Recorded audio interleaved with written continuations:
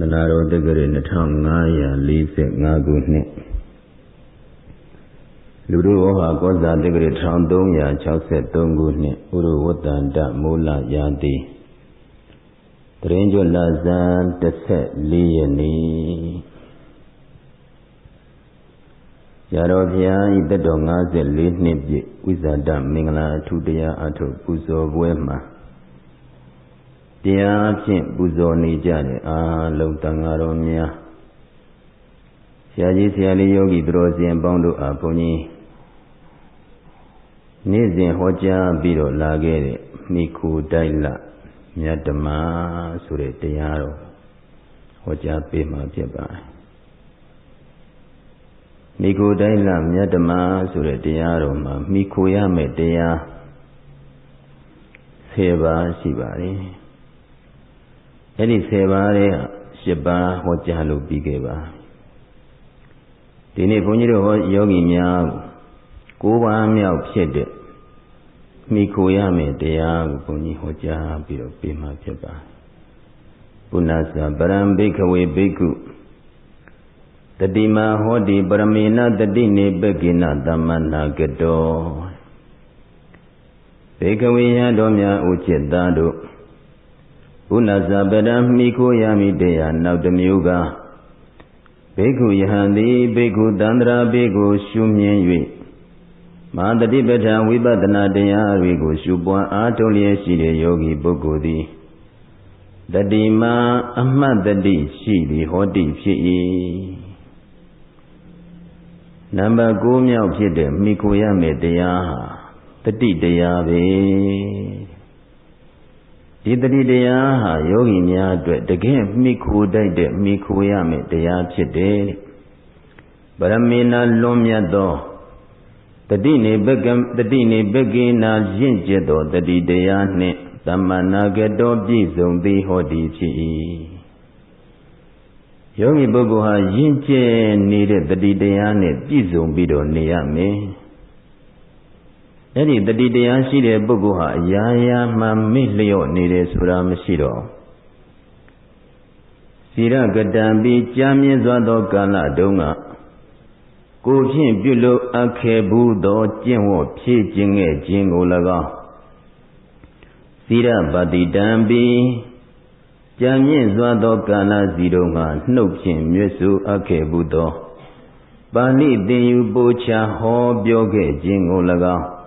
တရိတာတစ်ကြိမ်တစ်ခါအောင်မေအမှတ်ရနေသည်အနုတရိတာအထထအဖန်ပန်အောင်မေအမှတ်ရနေသည်ဟောတိဖြစ်၏ရင့်ကျက်နေတဲ့တတိတရားရှိတဲ့ပုဂ္ဂိုလ်တတိအားကောင်းနေတဲ့ပုဂ္ဂိုလ်ဟာဟိုကြံမြင့်စွာသောကာလကမိမိပြုလုပ်ခဲ့တဲ့ကာယကံအနေအချင်းပြုလုပ်ခဲ့တာတွေကျင့်ဝတ်တယ်ကာယကံအနေအချင်းမိမိဟာ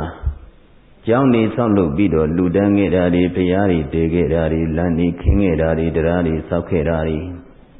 ကိုဖြင့်ပြုခဲ့ဘူးတဲ့ကျင့်ဝတ်တွေကုသိုလ်အမှုတွေကိုပြန်လေပြီးတော့တတိယနှုတ်ဖြင့်ပြောခဲ့တာတွေနဲ့ဆက်လို့လည်းပဲကြာမြင့်စွာသောချိန်ခါကာလတုန်းကပြောခဲ့တဲ့စကားတွေပြောခဲ့တဲ့တရားတွေသင်ကြားခဲ့ဘူးတဲ့ငယ်စဉ်ချိန်ခါကာလတုန်းကသင်ကြားခဲ့ဘူးတဲ့စာပေတွေဘုရားစာပေတွေဗုဒ္ဓစာပေတွေဒါတွေကိုလုံးဝမမေ့ငယ်စဉ်တုန်းကသင်ကြားလာခဲ့တဲ့တာမဏေတို့ရဲ့ကျင့်ဝတ်သီလဖြစ်တဲ့သိခိယသိက္ခာပုဒ်တွေဒါတွေဆိုရင်လည်းပဲအခုအသက်ရွယ်ကြီးရင်ဒီထိအောင်မမေ့မလျော့နောက်ပြီးတော့မင်္ဂလာသုတ်တိယရဏသုတ်တိမေတ္တာသုတ်တိစတဲ့အဲ့ဒီပရိတရားတော်တွေလည်းပဲသင်ကြားလာခဲ့တာတွေလုံးဝမမေ့ဘူးရွတ်ဖတ်လာခဲ့တာတွေမမေ့ဒါကြောင့်ဇီရပတိတံပြီးကြာမြင့်စွာသောကာလတုန်းကနှုတ်ဖြင့်မြတ်စွာခဲ့ဘူးသောပါဠိသင်ယူပို့ချဟောပြောခဲ့ခြင်းကို၎င်းတရိတာတစ်ချိန်တစ်ခါအောင်မေအမှတ်ရသည်အနုတရိတာထထပန်ပန်အောင်မေအမှတ်ရသည်ဟောတိဖြစ်၏ဒီလိုရင့်ကျက်နေတဲ့တတိရှိတဲ့ပုဂ္ဂိုလ်တတိအားကောင်းနေတဲ့ပုဂ္ဂိုလ်ဟာမိမိငယ်စဉ်ကပြုခဲ့တာတွေကာယကံမှုပြုခဲ့တာတွေကောင်းတာပဲပြုမကောင်းတာပဲပြုတရိယာဝစီကံမှုနေရာဖြင့်ပြောခဲ့ဆိုခဲ့တာတွေရုပ်ခဲ့ပတ်ခဲ့တာတွေကောင်းတာပဲဖြစ်စီမကောင်းတာပဲဖြစ်စီအားလုံးတတိယနေတယ်တဲ့အဲ့ဒီလို တတိတရားတွေကောင်းနေတာဘုန်းကြီးတို့လောကီအနေအားဖြင့်ဆိုရင်လည်းပဲစီးပွားရှာတဲ့ပုဂ္ဂိုလ်ဟာလည်းပဲဒီတတိကောင်းနေမှာသူတစ်ပါးကိုမိမိကအတူရင်မွားပေးထားတာတွေတတိရှိနေလို့ရှိရင်ဘုသူစီမှာဘလောက်ပေးထားတယ်ဘုသူစီမှာဘလောက်ပေးထားတယ်ဒါမိမိပြန်ပြီးတော့တောင်းလို့ရတတိမေ့သွားပြီဆိုရင်ဘုသူစီဘလောက်ပေးလို့မှမသိဘူးဘယ်ပုဂ္ဂိုလ်စီဘလောက်ထားလို့မှမသိအဲ့လိုမေ့နေပြီဆိုရင်ဆုံးရှုံးမှုတွေများပြားသွားနိုင်တယ်အတတ်ပညာသင်ကြားတဲ့ပုဂ္ဂိုလ်ဆိုရင်လည်းပဲဒီတတိရှိဖို့ရမိမိကြက်ထားတယ်ဖတ်ထားတယ်မှတ်ထားတယ်စာပေတွေမမေ့ဖို့သိရကြည့်တာအမြဲတမ်းဖတ်ထားကြက်ထားမှတ်ထားတာတွေကိုမေ့ပြောက်သွားမယ်ဆိုပါရင်မိမိရဲ့ပညာရေးမှလည်းပဲဆုံးရှုံးနိုင်တယ်အထူးအားဖြင့်ယခုလိုတရားအားထုတ်တဲ့အချိန်ကာလမှာအရေးကြီးဆုံးပဲတရားအားထုတ်တဲ့ပုဂ္ဂိုလ်ဟာဒီတတိတရားကိုအမြဲတမ်းလက်ကင်ထားပြီးတော့ကြိုးစားအားထုတ်ပြီးတော့နေရမယ်ဣဒဘိက္ခဝေဘေကုတတရခိနစီတတသမ္မနာကတောဟောတိဘေကဝေယဟံတော်များအိုจิตတို့ဣဒဤသာသနာတော်၌ဘေကုယဟံသည်ဘေကုတန္တရာဘေကိုရှုမြင်၍မဟာတတိပဋ္ဌာန်ဝိပဿနာတရားတွေကိုရှုပွားအားထုတ်လျက်ရှိကြတဲ့ယောဂီသူတော်စင်ပေါင်းတို့သည်တတရခိနအမှတ်ရမှုတတိအဆောင်အရှောင်ရှိသောစေတသာစိတ်နှင့်သမ္မနာကတောပြည့်စုံသည်ဟောတိဖြစ်၏ဒီမှာတတိပဋ္ဌာန်ဝိပဿနာတရားကိုရှုပွားအားထုတ်နေတဲ့ယောဂီပုဂ္ဂိုလ်ဟာအမှတ်ရမှုဆိုတဲ့တတိအဆောင်လျှောက်လေးဟာစိတ်တိုင်းပေါ်မှာရှိနေရမယ်စိတ်တိုင်းမှာအမှတ်ရမှုတတိလေးအဆောင်လျှောက်အမြဲတမ်းပြည့်စုံနေပြီဆိုရင်အဲ့ဒီပုဂ္ဂိုလ်ဟာဇာကိလေသာတွေဝင်ခွင့်ရပါဦးမလားလုံးဝမရနိုင်ဘူးအဲဒီလိုတတိအဆောင်လျှောက်အမြဲတမ်းပါပြီးတော့ပြည့်စုံနေတဲ့ပုဂ္ဂိုလ်ဟာဘယ်လိုပုဂ္ဂိုလ်လဲဆိုရင်ယဟန္တာပုဂ္ဂိုလ်ဘယ်လိုပုဂ္ဂိုလ်လဲယဟန္တာပုဂ္ဂိုလ်မှာတော့ဖြင့်အဲ့ဒီမှာကောင်းကောင်းပြည့်စုံနေပြီယဟန္တာပုဂ္ဂိုလ်များမှာကာယကံကိုယ်အမှုရာကိုပြုတိုင်းတတိလေးကအမြဲတမ်းကပ်ပါနေပြီမကောင်းမှုဆိုတာလေးကိုဘာမှမပြုမိတော့ဝစီကနှုတ်အမှုရာတွေပြောဆိုတိုင်းယဟန္တာပုဂ္ဂိုလ်ဒီပုဂ္ဂိုလ်ဒီမှာမကောင်းတဲ့စကားတွေမှားတဲ့စကားတွေအပြစ်ရှိတဲ့စကားတွေပြောမိပါဦးမလားဒါကြောင့်ဝစီကံအနေအချင်းလည်းပဲနှုတ်အမှုရာတွေပြောဆိုတိုင်းတတိလေးကနောက်ကအမြဲတမ်းကပ်ပါနေပြီအမှားတွေဘာတစ်ခုမှမပြောမိတော့မနောကံအနေအချင်းလည်းပဲစိတ်အကြံစီတွေကြံစီတိုင်းအနေအချင်းဒီအမှတ်ရမှုတတိလေးကအမြဲတမ်းကပ်ပြီးတော့ပါနေတယ်ဒီလိုတတိလေးအမြဲတမ်းကပ်ပြီးပါနေတဲ့အတွက်ကြောင့်မို့မကောင်းတဲ့အကြံစီတွေရောကြံစီမိပါဦးမလားတတိမရဘဲနဲ့အမှတ်မရဘဲနဲ့ပြုမိတာပြောမိတာကြံစီတမိတာရဲ့လို့တခုမှမရှိတော့ဘူးယဟန္တာပုဂ္ဂိုလ်မှာတတိအဆောင်လျှောက်လေးကအမြဲတမ်းနောက်ကထက်ချက်မကွာပါပြီးတော့လိုက်ပါပြီးတော့အမှတ်ရနေတယ်ဒါကြောင့်ယဟန္တာပုဂ္ဂိုလ်များမှာဘယ်လိုချီးကျူးတော်မူသလဲဆိုတော့သရတောဇာသွားနေစဉ်မှဖြစ်စေတဲ့ဒိဋ္ဌတောဇာရပ်နေစဉ်မှဖြစ်စေသုဒ္ဓတ္တဇာအိနေစဉ်မှဖြစ်စေဇာဂရတ္တဇာနိုးနေစဉ်မှဖြစ်စေအတ္တထိုယဟန္တာပုဂ္ဂိုလ်ဤညာဏတတနံအတိအမြင်သည်တတတံသမိတံအမျက်မပြတ်ပိစုပါတိတံရှေရှုထင်၍နေ၏ယဟန္တာပုဂ္ဂိုလ်များမှာထိုင်နေရင်လည်းပဲတတိကအမြဲတမ်းထင်နေတယ်ရနေရင်လည်းပဲတတိကအမြဲတမ်းထင်နေတယ်သွားနေရင်လည်းပဲအမြဲတမ်းတတိထင်နေတယ်အိမ်မပြောစဉ်မှာလဲလျောင်းအိမ်နေစဉ်မှာလည်းပဲတတိကအမြဲတမ်းထင်နေတယ်အမြဲတမ်းတတိကအမြဲတမ်းကပ်ပါတယ်ဒီလိုတတိကပ်ပါနေတဲ့အတွက်ကြောင့်မို့အဲ့ဒီမှာလောဘဒေါသစတဲ့ကိလေသာတရားတွေဝင်ခွင့်ရသေးရလားဗျာဝင်ခွင့်မရတော့ဘူးအဲ့တော့ဝင်ခွင့်မရအောင်ဘုန်းကြီးတို့ယောဂီများဟာလည်းပဲအခုထိုင်ရင်ဖြစ်စေရရင်ဖြစ်စေသွားရင်ဖြစ်စေလျောင်းရင်ဖြစ်စေစားရင်တောင်းရင်ဖြစ်စေအမှုရာတိုင်းမှာဒီတတိလေးကပ်ပြီးတော့ပါနေအောင်ရှုမှတ်နေဖို့ရမလိုဘူးလားစိတ်တိုင်းမှာအမှတ်ရနေဖို့လိုတယ်စိတ်တိုင်းမှာဟောဒီတတိလေးအဆောင်ရှောင်လေးသာရှိရင်ဘုန်းကြီးတို့ယောဂီများရဲ့စိတ်ထဲမှာမကောင်းတဲ့အဲ့ဒီကိလေသာစိတ်တွေဝင်နိုင်ပါမလားလုံးဝကိုမဝင်နိုင်တော့ဘူးဘုန်းကြီးတို့ယောဂီများအဲ့လိုမဝင်နိုင်အောင်ကိုပဲတတိကိုအဆောင်လျှောက်ထားပြီးကြိုးစားရတယ်အခုထိုင်တဲ့နေရာမှာဆိုရင်လည်းပဲမိမိရဲ့ ပင်နိုင်ကမ္မထာဖြစ်တဲ့ဖောင်းမှုပိန်မှုအာယုံလေးကိုစိုက်ပြီးတော့အဲ့ဒီဖောင်းတာလေးကိုတရွေချင်းတွန်းကန်တောင်းတင်းလာတဲ့သဘောလေးကိုသိအောင်ဖောင်းနေမဆုံးမချင်းသာလေးတတိလေးနဲ့စောင့်ကြည့်ရပိန်သွားတဲ့အခါမှလည်းပဲအဲ့ဒီပိန်မှုလေးရဲ့မဆုံးမချင်းတတိလေးနဲ့စောင့်ပြီးတော့ရှုပိန်နေအဲ့ဒီမှာဖောင်းမှုလေးဆုံးသွားပြီးမှပိန်မှုလေးသစ္စာပြီးဖြစ်ပေါ်လာတယ်ပိန်မှုလေးဆုံးသွားပြီးမှဖောင်းမှုလေးသစ္စာပြီးဖြစ်ပေါ်လာတယ်အဲ့လိုတတိလေးဥစည်းတဲ့စိတ်ကလေးနဲ့စောင့်ကြည့်နေရင်ဖောင်းမှုလေးရဲ့စပြီးပေါ်လာမှုဆုံးပြောက်သွားမှုမတွေ့ရပြီဘူးလားအဲ့ဒီဟာလေးကိုသေးသေးချာချာတွေ့နေပြီသိနေပြီမြင်နေပြီဆိုရင်အဲ့ဒီဖောင်းတဲ့တရားလေးဟာမြဲတာလားမမြဲတာလားမြဲတဲ့သဘောကိုဉာဏ်နဲ့ဓာတ်ထိသေချာသိသွားလိမ့်ပိနဲ့အာယုံလေးကိုလည်းပဲဒီတိုင်းစာဆုံးအနေအချင်းသေချာရှုကြည့်ပြီးတော့သိနေလို့ရှိရင်အဲ့ဒီပိမှုလေးရဲ့စပြီးဖြစ်ပေါ်လာမှုပိမှုလေးရဲ့ကုံဆုံးချုပ်ပြောင်းသွားမှုကိုမသိနိုင်ပေဘူးလားအဲ့လိုသိလာပြီဆိုရင်မြဲတာသိတာလားမမြဲတာသိတာလားဒီတော့ဖောင်းတာပိန်တာလေးရှုနေရင်နဲ့မမြဲတဲ့အနိစ္စလက္ခဏာမထင်နိုင်ပေဘူးလားဖြစ်ပြီးပြတ်သွားတဲ့မမြဲတဲ့အဲ့ဒီအဖြစ်ပြသဘောတွေမမြင်နိုင်ပေဘူးလားမြင်ပြီးတော့သွားနိုင်တယ်အဲ့တော့ထိုင်တဲ့နေရာမှာလည်းဒီတိုင်းပဲဒါကြောင့်ဖောင်းမှုပိန်မှုအာယုံလေးကိုပင်တိုင်းထားလို့တခြားမိမိရဲ့ခန္ဓာမှာပေါ်လာသမျှအာယုံလေးတွေလှုပ်တာပေါ်ရင်လှုပ်တာလေးကိုရှုမှတ်ရမယ်ပူတာလေးပေါ်လာရင်အဲ့ဒီပူတဲ့နေရာလေးကိုစိုက်ပြီးတော့ပူတယ်မှတ်နေအဲ့ဒီပူမှုလေးဟာတခါတည်းပူလာလိုက်ရှုသိစိတ်လေးကရှုလိုက်ပူမှုလေးကပျောက်သွားလိုက်သိစိတ်လေးကပျောက်သွားလိုက်နောက်တာပူမှုလေးအသေးဖြစ်ပေါ်လာလိုက်ရှုမှတ်လိုက်ပျောက်သွားလိုက်နဲ့အဲ့ဒီမှာပေါ်လိုက်ပျောက်လိုက်နဲ့မြဲတာတွေ့မလားမမြဲတာတွေ့မလားဒီသေးချာချာတတိလေးကပ်ပြီးတော့စူးစိုက်ပြီးတော့ရှုကြည့်ပါသိချာဉာဏ်နဲ့ပေါ်လာလိမ့်မယ်ဒီသေးချာချာဉာဏ်ဖြစ်ပြီးတော့လာလိမ့်မယ်နာဟိတတိဝိဟိတတအနုပတနာနာမနတ္ထိတတိကင်းနေတဲ့ပုဂ္ဂိုလ်တတိလွတ်နေတဲ့ပုဂ္ဂိုလ်ဟာဘယ်ခါမှပညာဖြေရိုးထုံးစံမရှိပါတတိလွတ်နေတဲ့ပုဂ္ဂိုလ်မျိုးမှာဝိပဿနာပညာတွေမဲ့ပညာဘုပညာတွေဖြစ်နိုင်မှာမလားလုံးဝမဖြစ်နိုင်တတိရှိနေတဲ့ပုဂ္ဂိုလ်မှာတမာတိဖြစ်မယ်တမာတိထက်သန်အားကောင်းတဲ့ပုဂ္ဂိုလ်မှာယုံနာဖြစ်ပျက်ကိုသိမယ်အဲ့ဒီယုံနာဖြစ်ပျက်ဆိုတဲ့ဝိပဿနာဉာဏ်ဤပြည့်စုံမှာမဲ့ညာဘုညာနိဗ္ဗာန်ဆိုတာရနိုင်သည်ဒါကြောင့်မိမိရဲ့ရှုမှတ်နေတဲ့ခါမှာထိုင်တဲ့ခါမှာအဲ့ဒီထိုင်ပြီးတော့ရှုမှတ်နေတဲ့အာယုံလေးတွေပေါ်မှာတတိလေးကပ်နေဖို့ရတဲ့ခါမှာလည်းပဲမိမိထိုင်စားကနေပြီးတော့ထိုင်ရကနေတရွေချင်းခန္ဓာကိုအပေါ်ကိုကြွပြီးတော့လာတဲ့သဘောလေးကိုထားရအစင်းစင်းတရွေပြီးမှတရွေပြီးမှတရွေပြီးမှတရွေကြွပြီးတော့ပါလာတဲ့သဘောတောင့်တင်းသွားတဲ့သဘောဒီသဘောလေးကိုသိချာသိအောင်ရှုရရပ်မိတဲ့ခါကျတော့မှရက်တယ်အဲ့ဒီခါကျတော့ခန္ဓာကိုယ်ကြီးတောင့်တင်းရင်းရိုင်နေတဲ့သဘောလေးကိုသိနေလိမ့်မယ်အဲ့ဒါလေးကိုသိချာရှုပြီးတော့တစ်ဖက်ကိုလှည့်ခြင်းနဲ့စိတ်ဖြစ်ပေါ်လာရင်လှည့်ခြင်းနဲ့စိတ်ကလေးကိုရှုတရွေချင်းခြေတော်လေးတွေလှည့်တဲ့အခါကလည်းကြတော့မှလှည့်တယ်တတိလေးကပြီးတော့ရှုနေအဲ့ဒီလိုတတိလေးကဒီမှာအာယုံပေါ်မှာကပ်ပါနေလို့ရှိရင်ဈာစိတ်တွေဝင်ခွင့်ရသေးလားလုံးဝကိုဝင်ခွင့်မရတော့ဘူးနော်အဲ့ဒီမှာတတိဆိုတဲ့အဆောင်လေးထားပြီးတော့ရမိတဲ့အခါကျတော့လည်းပဲရက်တယ်လို့ရှုပါ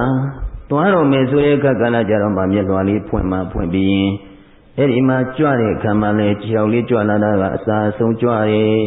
မှုလေးအစာအနေဆုံးထီအောင်သေချာလေးသတိထားကြည့်လိုက်လို့ရှိရင်ဘုန်းကြီးတို့ပဏောင်လေးတရွေပြီးတရွေကြွလာတဲ့ခံမှာပေါ့ပြီးတော့ပါလာတဲ့သဘောကိုရှင်းလေးတွေ့လိမ့်မယ်တိသောတာလွန်ကဲနေတာကိုတွေ့လိမ့်မယ်အဲ့ဒီမှာသူဆုံးသွားပြီဆိုတဲ့အခါကျတော့မှတရွေချင်းရှေ့ကိုလှမ်းတဲ့ခံမှာလှမ်းနေရှုကြည့်ပါမဆုံးမချင်းနှစ်ချက်သုံးချက်မှတ်လို့ရအဲ့ဒီမှာလမ်းမှုလေးမဆုံးမချင်းအနေအားဖြင့်ရှုမှတ်ပါတရွေပြီးတရွေရွေပြီးတော့တောင့်တင်းသွားတဲ့သဘောကိုတွေ့လိမ့်မယ်ဝါယောဓာရဲ့သဘောကိုထင်ရှားစွာတွေ့နေလိမ့်မယ်အဲ့ဒီခြာနေလိုက်တဲ့အခါကျတော့မှတပြင်းလုံးခြေတော့ကိုတပြင်းလုံးချပါဖနှောင်းကချတာခြေပြားကချတာဒီလိုမဟုတ်ဘူးတပြင်းလုံးချလိုက်တဲ့အခါကျတော့မှတရွေပြီးပြီးတော့အဲ့ဒီမှာလေးကျသွားတဲ့သဘောထင်ရှားမယ်အာဘောဓထင်ရှားနေတဲ့အာဘောဓလွန်ကင်းနေတာထင်ရှားမယ်ကျန်တဲ့ထိလိုက်တဲ့အခါကျတော့မှမာတဲ့သဘောပြုတ်တဲ့သဘောကြမ်းထမ်းတဲ့သဘောနုညံ့တဲ့သဘောအဲ့ဒီမှာပထဝီဓာတ်တွေထင်ရှားမယ်ဈဉ္ညာရှောင်ရင်းနဲ့ပဲအဲ့ဒီဓာတ်တဘာဝတွေရှင်းလင်းမတွေ့နိုင်မိဘူးလားဗျာညင်းလို့တွေ့နိုင်တယ်အဲ့ဒီမှာဒီလိုတတိလေးအဆောင်လေးကဈဉ္ညာလျှောက်ပြီးတော့ရှုမှတ်နေရဆိုရင်အဲ့ဒီဈဉ္ညာအာယုံပေါ်မှာပဲတတိလေးကပ်ပါနေရင်ကြာစိတ်တခြားစိတ်ဝင်ခွင့်ရသေးလားဘာကိလေသာစိတ်မှဝင်လို့မရနိုင်ဒီ ဒီတိုင်းမဲ့ထိုင်ပြီးတော့ရှုမှတ်တဲ့အခါရပ်ပြီးတော့ရှုမှတ်တဲ့အခါဈဉ္ညာလျှောက်ပြီးတော့ရှုမှတ်တဲ့အခါဒီလိုဈဉ္ညာလျှောက်ပြီးရှုမှတ်နေစဉ်မှာလည်းအာယုံမှစိတ်မိနေပြီကြွားရင်ကြွားတဲ့အာယုံပေါ်လမ်းရင်လမ်းတဲ့အာယုံပေါ်ချရင်ချတဲ့အာယုံပေါ်ဒီရှုမှတ်တဲ့အာယုံပေါ်မှာရှုစိတ်လေးကပ်ပြီးတော့တည်နေတဲ့အခါကလည်းကြတော့ပေါ့ရင်ပေါ့တာသိတယ်တင်းရင်တင်းတာသိတယ်လေးရင်လေးတာသိတယ်မာရင်မာတာသိတယ်ပြုတ်ရင်ပြုတ်တာသိတယ်ဒီသူ့ရဲ့ဓာတ်ဘာဝလေးတွေအကုန်လုံးသိနေမြင်နေတဲ့အခါကလည်းကြတော့ဟောကြားစိတ်တွေကိလေသာစိတ်တွေဝင်လို့ရပါဦးမလားဗျာနေရာကိုဒီတိုင်းနဲ့အခြားနေရာလေးတွေမှာလည်းပဲဘုန်းကြီးတို့စားတဲ့နေရာမှာလည်းဒီလိုရှုမှတ်တောက်တဲ့နေရာမှာလည်းဒီလိုရှုမှတ်အဲ့လိုရှုမှတ်တဲ့အာယုံမစိတ်မိနေပြီဆိုရင်အဲ့ဒီမှာရှုမှတ်ပြီးတော့စွမ်းပုံပေးနေတဲ့အချိန်မှာဆိုရင်လည်းပဲဇာကိလေသာတွေဝင်ခွင့်ရပါမလားဗျာလျောင်းတဲ့အိတ်တဲ့ကံမှလည်းဒီတိုင်းပဲဒါကြောင့်ဘုရားရှင်ကိုရောမြတ်ကြီးကတတရခေနာအမှတ်ရမှုတတိအဆောင်လျှောက်ရှိသောဇေတတာစိတ်နှင့်တမနာကတော်ပြည့်စုံသည်ဟောတိဖြစ်၏မိမိတို့ရဲ့အိမ်မှာဖြစ်စေမိမိတို့နေထိုင်ရာဖြစ်တဲ့ကြောင်းမှာဖြစ်စေအဆောင်အလျှောက်လေးရှိနေပြီအဆောင်တလုံးဝလေးထားလိုက်မယ်ဆိုရင်အပြင်ကမိမိတို့ကိုဒုက္ခပေးနိုင်တဲ့လူဆိုးတခိုးတွေဝင်နိုင်မှာအောင်မလားအပြင်ရန်နေလုံးဝမဝင်နိုင်တော့ဘူးအပြင်ရန်နေလုံးဝမဝင်နိုင်ဘာကြောင့်လဲဆိုတော့ဒီမှာအဆောင်ရှိနေတယ်လေအဆောင်လေးရှိနေတဲ့အတွက်ကြောင့်အိမ်မှာဆိုရင်အိမ်ဆောင်ရှိနေတယ်ဝင်းဆောင်ရှိနေတယ်အပြင်ကနေပြီးတော့တခိုးတွေမဝင်နိုင်တယ်လို့ပဲအတွင်းမှာရှိတဲ့လူတွေကလည်းပဲမိမိတို့ရဲ့ရှိတဲ့ပစ္စည်းဥစ္စာတွေအိမ်မှာရှိတဲ့အေးရှင်ဖြစ်တဲ့ပုဂ္ဂိုလ်တွေအေးရှင်မိသားစုတွေအလုတ်သွားနေကြတယ်အယောင်းဝယ်သွားနေကြတယ်အိမ်မှာခိုင်းစေတဲ့ပုဂ္ဂိုလ်စောင့်ရှောက်ခိုင်းစေတဲ့ပုဂ္ဂိုလ်လေးတွေပဲရှိနေတယ်အဲလိုရှိနေတဲ့ခါကျဟိုးအပေါက်ဝမှာခြံပေါက်မှာအဆောင်ကရှိနေတဲ့ခါကျတော့ဒီအိမ်တွင်းကပုဂ္ဂိုလ်တွေလည်းပဲပိုင်ရှင်တွေမရှိလို့အိမ်တွင်းကပစ္စည်းတွေခိုးယူပြီးတော့အပြင်ထွက်မယ်ဆိုရင်ရောရနိုင်ပါအောင်မလားဘာရှိနေလို့လဲအဆောင်ရှိနေလို့အတွင်းကရန်လည်းပဲအပြင်ကိုမထွက်နိုင်အပြင်ရန်လည်းပဲအတွင်းကိုဝင်နိုင်သေးရလားမဝင်နိုင်တော့ဘူးဘုန်းကြီးတို့ယောဂီများကျောင်းနေမှလည်းဒီတိုင်းပဲအဲဒီလိုအဆောင်ရှောက်ရှိနေပြီဆိုပါရင်အပြင်ကနေပြီးတော့ဒုက္ခပေးနိုင်တဲ့လူဆိုးတခိုးတွေမဝင်နိုင်အတွင်းကနေပြီးတော့လည်းပဲပစ္စည်းဥစ္စာတွေခိုးယူပြီးတော့ထွက်မဲ့လူဆိုးတခိုးတွေမထွက်နိုင်အဲလိုအတွင်းရန်အပြင်ရန်တွေကိုလုံခြုံစေတယ်ဒါကြောင့်တရားရှုပွားအားထုတ်ပြီးတော့နေကြတဲ့ယောဂီသူတော်စင်များမှလည်းပဲလူဆိုးတခိုးနဲ့တူတဲ့ကိလေသာရန်သူတွေမဝင်ရောက်နိုင်အောင်တတိဆိုတဲ့အဆောင်လေးဟာအမြဲတမ်းထားဖို့ရမလိုပေဘူးလားထိုင်ပြီးတော့ရှုနေတဲ့အခါမှာလည်းပဲဒီတတိလေးအဆောင်ထားပြီးတော့ရှုမှတ်နေပါရက်တဲ့အခါမှာလည်းပဲတတိဆောင်ရှောက်လေးထားပြီးတော့ရှုမှတ်နေပါသွားတဲ့အခါမှာလည်းပဲဒီတတိဆောင်ရှောက်လေးကပ်ပြီးတော့ပါနေမယ်ထိုင်တဲ့အခါမှာလည်းတတိဆောင်ရှောက်လေးကပ်ပြီးတော့ပါနေမယ်လျောင်းတဲ့အခါမှာလည်းတတိဆောင်ရှောက်လေးကပ်ပြီးတော့ပါနေမယ်အိတ်တဲ့အခါမှာလည်းပဲတတိဆောင်ရှောက်လေးကပ်ပြီးတော့ပါနေမယ်မူရာတိုင်းအမူရာတိုင်းမှာမိမိပြုလုပ်တဲ့များဣရိယာပုတိုင်းမှာတတိဆောင်ရှောက်လေးကပ်ပြီးတော့ပါနေရင်အဲ့ဒီလူဆိုးတခုနဲ့တူတဲ့ကိလေသာရန်သူတွေဝင်ခွင့်ရပါဦးမလားဗျာဘယ်ကမှဝင်ခွင့်မရနိုင်ပါဒါကြောင့်ဘုရားရှင်ကိုရောမြတ်ကြီးကနေပြီးတော့တတိဇာကွာဘေခဝေတပ္ပတိကံဝရမိဘေခဝေယံတော်များဥจิตတို့ခေါ်စဉ်စဉ်အဟံငါဘုရားသည်တတိဇာတတိတရားကိုသာလျင်တပ္ပတိကံလုံးစုံသောလောကီလောကုတ္တရာဖြာဖြာသောအရာဌာန၌ကျေးဇူးများ၏ဟု၍ဝရမိဟောတော်မူ၏ဘုရားရှင်ကိုရောမြတ်ကြီးဟာဒီတတိတရားကိုလောကီမှာပဲဖြစ်စေလောကုတ္တရာမှာပဲဖြစ်စေကျေးဇူးများတဲ့တရားလောကီဘက်မှာလည်းပဲဘုန်းကြီးတို့စီးပွားရေးနဲ့စလို့မိမိသူတစ်ပါးကိုပေးထားတဲ့စီးပွားရေးပစ္စည်းဥစ္စာတွေမိမိကသူတစ်ပါးစီကယူထားတဲ့ပစ္စည်းဥစ္စာတွေဒါတွေကိုတတိမရပဲမေ့နေမယ်ဆိုရင်ဆုံးရှုံးမှုတွေအများကြီးမဖြစ်နိုင်ပြီဘူးလားဗျာအများကြီးဖြစ်နိုင်တယ်ဒုက္ခတွေရောက်နိုင်တယ်လောကီဘက်ကလည်းပဲအကျိုးစီးပွားတွေအများကြီးဆုပ်ယုပ်သွားနိုင်တယ်တတိမေ့နေခြင်းအပြင်ဒါအကျိုးစီးပွားတွေအများကြီးဆုပ်ယုပ်သွားနိုင်တယ်လောကီကိစ္စတူတယောက်နဲ့မိမိကချိန်ထားတယ်စီးပွားရေးလုပ်ငန်းတွေပြောဖို့ချိန်ထားတယ်ကိုယ်ကတတိမေ့ပြီးတော့အဲ့ဒီနေရာမသွားဖြစ်တော့ဘူးဆိုရင်သွားပြန်ပြီဆုံးရှုံးမှုတွေဟောမိမိပေါ်မှာကျေးဇူးပြုမဲ့ပုဂ္ဂိုလ်နဲ့မိမိတွေ့ဖို့ရချိန်ထားတယ်မိမိကတတိမေ့နေတယ်အဲ့ဒီပုဂ္ဂိုလ်နဲ့မတွေ့ဖြစ်တော့ဘူးဆိုရင်မိမိအတွက်ဆုံးရှုံးမှုတွေအများကြီးမဖြစ်နိုင်ပေဘူးလားဗျာဒီဒါကြောင့်လောကီဘက်မှာလည်းပဲဟောဒီတတိတရားဟာအရေးမကြီးဘူးလားတတိတရားလောကီဘက်မှာအရေးကြီးတယ်လို့ဘုန်းကြီးတို့အခုတရားအားထုတ်ပြီးတော့နေတဲ့ယောဂီသူတော်စင်များမှာရောပိုလို့အရေးမကြီးဘူးလားတတိမှမရှိဘူးပေါ်လည်းများအာယုန်တိုင်းကိုတတိလေးကပ်ပြီးတော့မရှုနိုင်ဘူးဆိုရင်အဲ့ဒီပုဂ္ဂိုလ်မှာစူးစိုက်ကြည်ကြည်မှုဆိုတဲ့တမာတိရပါမလား အဲဒီလိုစူးစိုက်တည်ကြည်မှုတမာတိမှထက်သန်အားကောင်းစွာမရရင်ယုတ်တဘောနံတဘောအဖြစ်အပျက်အိဋ္ဌဒုက္ခအနတ္တသဘောတွေသိမြင်နိုင်တဲ့ဝိပဿနာဉာဏ်ဤဖြစ်နိုင်ပါမလားဒီဝိပဿနာဉာဏ်ဤမှမိမိမှမရဘူးဆိုရင်မေညာပူညာနိဗ္ဗာန်ဆိုတာတွေရောရနိုင်ပါမလားဗျာဘယ်လိုမှမရနိုင်ဘူးဘုန်းကြီးတို့ယောဂီများဒါကြောင့်မို့တတိတရားဟာသိပြီးတော့အရေးကြီးတယ်ဘာနဲ့တူတယ်လဲဆိုရင်လောကမှာစားနဲ့ဥပမာတူတယ်ဘာနဲ့တူတယ်လဲသဗ္ဗလောနာပြင်စနကံဝါစားနဲ့ဥပမာတူတယ်တဲ့စားများဟာမိမိတို့အလုံးစုံသောလက်သုတ်ဟင်လျာအချိုချင်းငါစအကုန်လုံးထဲမှာစားမပါလို့ဖြစ်ရလားအကုန်လုံးစားပါရတယ်လို့ပဲတဲ့ဒီတတိတရားဟာလည်းပဲလောကီကိစ္စတွေမှာလည်းပဲဒီတတိတရားဟာအရေးကြီးတယ်လို့ဒီကုသိုလ်ပြုဖို့ရဆိုရင်လည်းပဲဒီမှာတတိလေးအရေးကြီးတယ်နော်ဘယ်နည်းကိုငါဘာလုပ်မယ်ဘယ်နည်းကိုဘာဖျားပန်းလူမယ်ရေချမ်းကပ်မယ်စီမိကပ်မယ်ဘယ်မှာသွားပြီးတော့ဒါနကောင်းမှုပြုမယ်ဘယ်မှာသွားပြီးတော့သီလတွေစောင့်မယ်စသည်ဖြင့်အဲလိုကုသိုလ်ပြုဖို့ရတယ်တတိမေ့နေမယ်ဆိုရင်မိမိရတဲ့တဲ့ကုသိုလ်တွေရပါအောင်မလားမရနိုင်တော့ဘူးအဲလိုကုသိုလ်ဒါနကောင်းမှုပြုဖို့လည်းတတိဟာအရေးမကြီးဘူးလားဟောသီလဆောက်တည်ဖို့လည်းပဲတတိဟာအရေးမကြီးဘူးလားသီလတွေစောက်တည်ဆောင်သိမ်းထားတယ်ကိုယ်ကတခါနဲ့ညနေတိုင်ကြစားနေကြဆိုတော့ဟောတခါနဲ့ဘီယိုပွင့်ကြောင်းရင်ပွင့်ပြီးဟိုဟာတွေပွင့်စားတာတွေပွင့်စားစားလိုက်ရင်တတိလွတ်နေတဲ့အတွက်ကြောင့်မိမိရဲ့သီလတွေစင်ကြယ်ပါအောင်မလားမစင်ကြယ်တော့ဘူးဟောလောကမှာပုထုဇဉ်လူသားတွေဆိုတာလှပအင်မတန်မှမြတ်နိုးကြတော့ဟောတတိမေ့ပြီးတော့နေ့စဉ်လိုပဲရေမိုးချိုးပြီးတော့တဏ္ဍကပန်းမှန်လိမ့်နေကြလိမ့်နိုင်မယ်ဆိုရင်တတိမေ့ပြီးတော့လိမ့်လိုက်ချဲလိုက်မယ်မွေးလိုက်ဒီပန်းနံသားတွေမိမိပန်လိုက်မယ်ဆိုပါရင်သီလတွေစင်ကြယ်ပါအောင်မလားဒါကြောင့်မို့အဲ့ဒီသီလစောင့်ထင်းရမှလည်းပဲဒီတတိတရားဟာအရေးမကြီးဘူးလားဟောဒီဘာဝနာတရားအထုတ်တဲ့နေရာမှာတော့ဖြင့်တတိလွတ်နေပြီဆိုရင်လွတ်တဲ့နေရာကနေပြီးတော့မျက်စိပေါက်ကလည်းကိလေသာတွေမဝင်နိုင်ဘူးလားနားပေါက်ကလည်းပဲကိလေသာတွေဝင်နိုင်တယ်နှာခေါင်းပေါက်ကလည်းကိလေသာတွေဝင်နိုင်တယ်လျှာပေါက်ကလည်းကိလေသာတွေဝင်နိုင်တယ်ကိုယ်ပေါက်စိတ်ပေါက်ကရောကိလေသာတွေမဝင်နိုင်ပြီဘူးလားဗျာဒီတော့တတိတရားဟာတရားအထုတ်နေတဲ့ယောဂီများအတွေ့ပို့လို့အရေးမကြီးဘူးလားတရားအထုတ်နေတယ်ဆိုရဲဟိုကိလေသာတွေကိုလက်ခံနေတာလားပယ်တတ်နေတာလားအဲ့ဒီကိလေသာတွေကိုပယ်တတ်နေတဲ့ပုဂ္ဂိုလ်ဟာတတိလွတ်နေပြီဆိုရင်ကိလေသာတွေကိုတခါတည်းလက်ခံသိမ့်ပိုက်နေတာနဲ့မတူရဘူးလားအဲ့တော့တတိကိုတခါတည်းကောင်းစွာထားပြီးတော့တတိကိုမြဲမြဲဆွဲဆွဲအနေအားဖြင့်တတိထားပြီးတော့ရှုမှတ်နေမယ်ပွားများနေမယ်မြင်သမျှအာယုန်နိုင်လည်းရှုမှတ်မယ်ကြားသမျှအာယုန်နိုင်လည်းရှုမှတ်မယ်နားသမျှအာယုန်နိုင်လည်းရှုမှတ်မယ်ဘုရားသာသာတိသမျှအာယုန်နိုင်လည်းရှုမှတ်မယ်အတွေ့ဒီတွေ့ထိသမျှစေကုစဉ်းစားကြံသိသမျှအာယုန်တွားတာဆုံတိုင်းအနေအားဖြင့်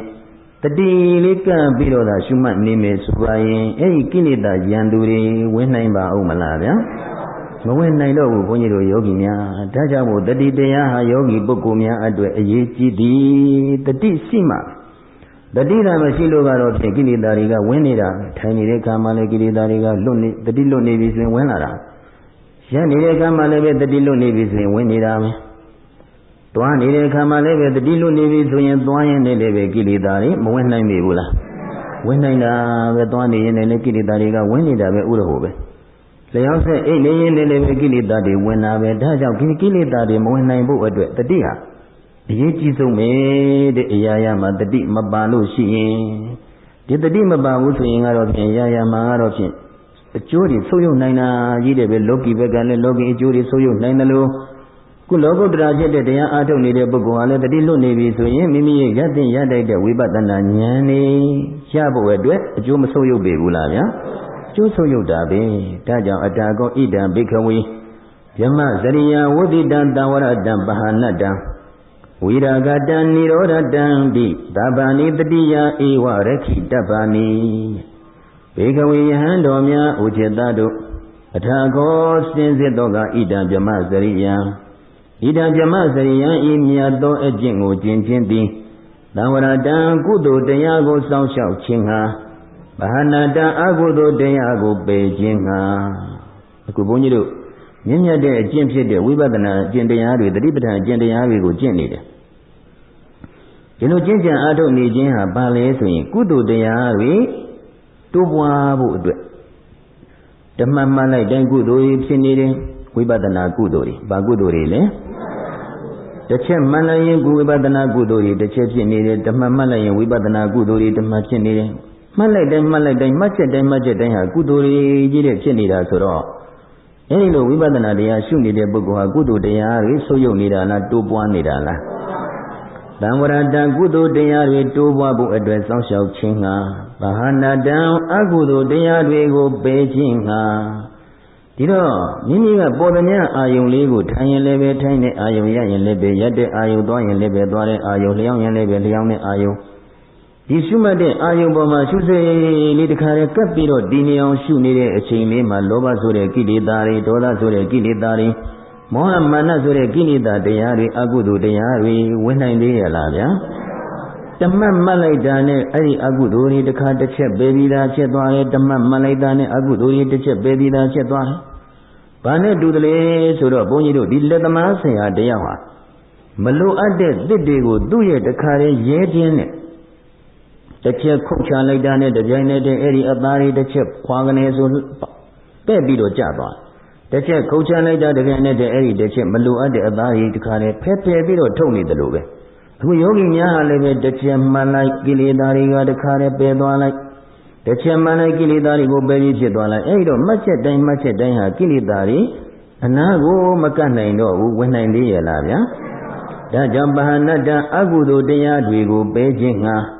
ဝိရာဂတံယာဂကင်းခြင်းငှာဒီမှာလောဘဒေါသမောဟစတဲ့ကိလေသာယာဂတရားတွေအကုန်လုံးမှတ်ချက်တိုင်းကင်းနေတာနိရောဓတံကိလေသာဝကမ္မဝဝိပါကဝဆိုတဲ့ဝတရားတွေချုပ်ခြင်းငှာဝိပဿနာဉာဏ်နဲ့နာမရူပပရိစ္ဆေဒဉာဏ်ကစပြီးတော့ဝိပဿနာဉာဏ်နဲ့အစဉ်စဉ်ရင့်ကျက်ပြည့်စုံတဲ့အခါ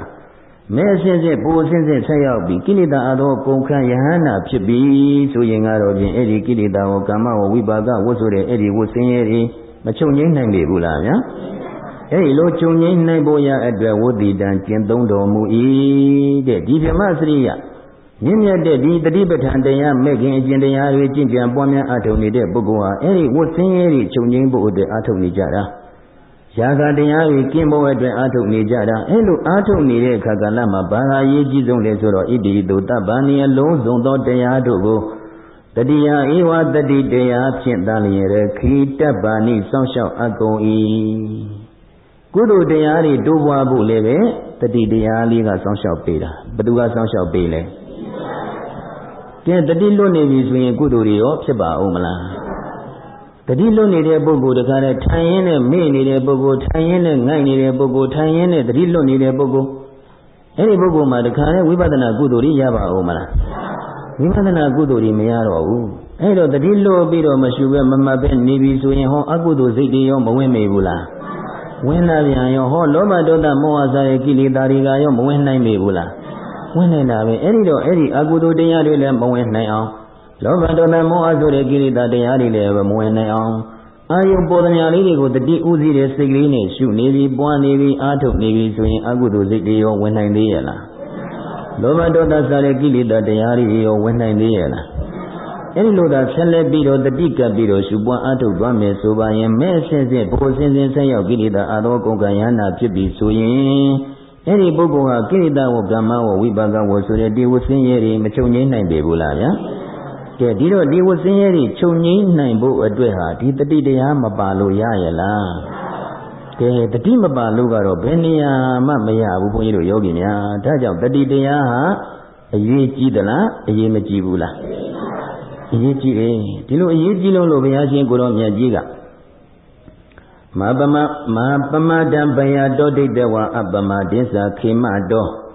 ဘာဝိထာထင်မိကံမေကံဧတာဗုဒ္ဓ ानु သာသနီဘုရားရှင်တို့ကိုရောမြတ်ကြီးများဘုရားရှင်ကိုရောမြတ်ကြီးများကနေပြီးတော့ဆုံးမဩဝါဒပေးတော်မူကြတယ်ဘယ်လိုပေးတယ်လဲဆိုတော့ပမဒံကုသိုလ်ကောင်းမှု၌မေ့လျော့၍နေခြင်းကိုပမဒံဒါနကောင်းမှုပြုဖို့သီလကောင်းမှုပြုဖို့ဘာဝနာကောင်းမှုပြုဖို့မေ့လျော်၍နေခြင်းကိုဘယတော်ဘေးတွေ့မှပါတကားဟူ၍အပမဒေသာကုသိုလ်ကောင်းမှု၌မမေ့မလျော့ခြင်းကိုလည်းအပမဒေသာဒါနကောင်းမှုပြုဖို့သီလကောင်းမှုစောင့်တည်ဆောင်ထိန်ဖို့ဘာဝနာကမ္မထံတရားဤပွားများအားထုတ်ဖို့မမေ့မလျော့ခြင်းကိုလည်းပဲ ခေမာတော်ဘေးကင်းကြောင်းမှတကားဟူ၍ဒိဋ္ဌဝါရှုမြင်ညကုန်သည်ဖြစ်၍ဘုရားရှင်ကိုယ်တော်မြတ်ကြီးကจิตသားတို့ကုသိုလ်ကောင်းမှု၌မေ့လျော့ခြင်းဟာဘေးတွေ့မှာပဲလို့ဒီလိုနှလုံးသွင်းရမယ်ဒီကုသိုလ်ကောင်းမှုတွေကိုမမေ့မလျော့ခြင်းဟာဘေးကင်းကြောင်းတရားတွေပဲလို့ဒီလိုနှလုံးသွင်းပြီးတော့မမေ့မလျော့အနေအားဖြင့်အမြဲတမ်းတတိဆိုင်ပြီးတော့ဒါနဆိုတဲ့ကောင်းမှုတွေလည်းပဲပြုပါသီလဆိုတဲ့ကောင်းမှုတွေလည်းပဲဆောက်တည်ပါ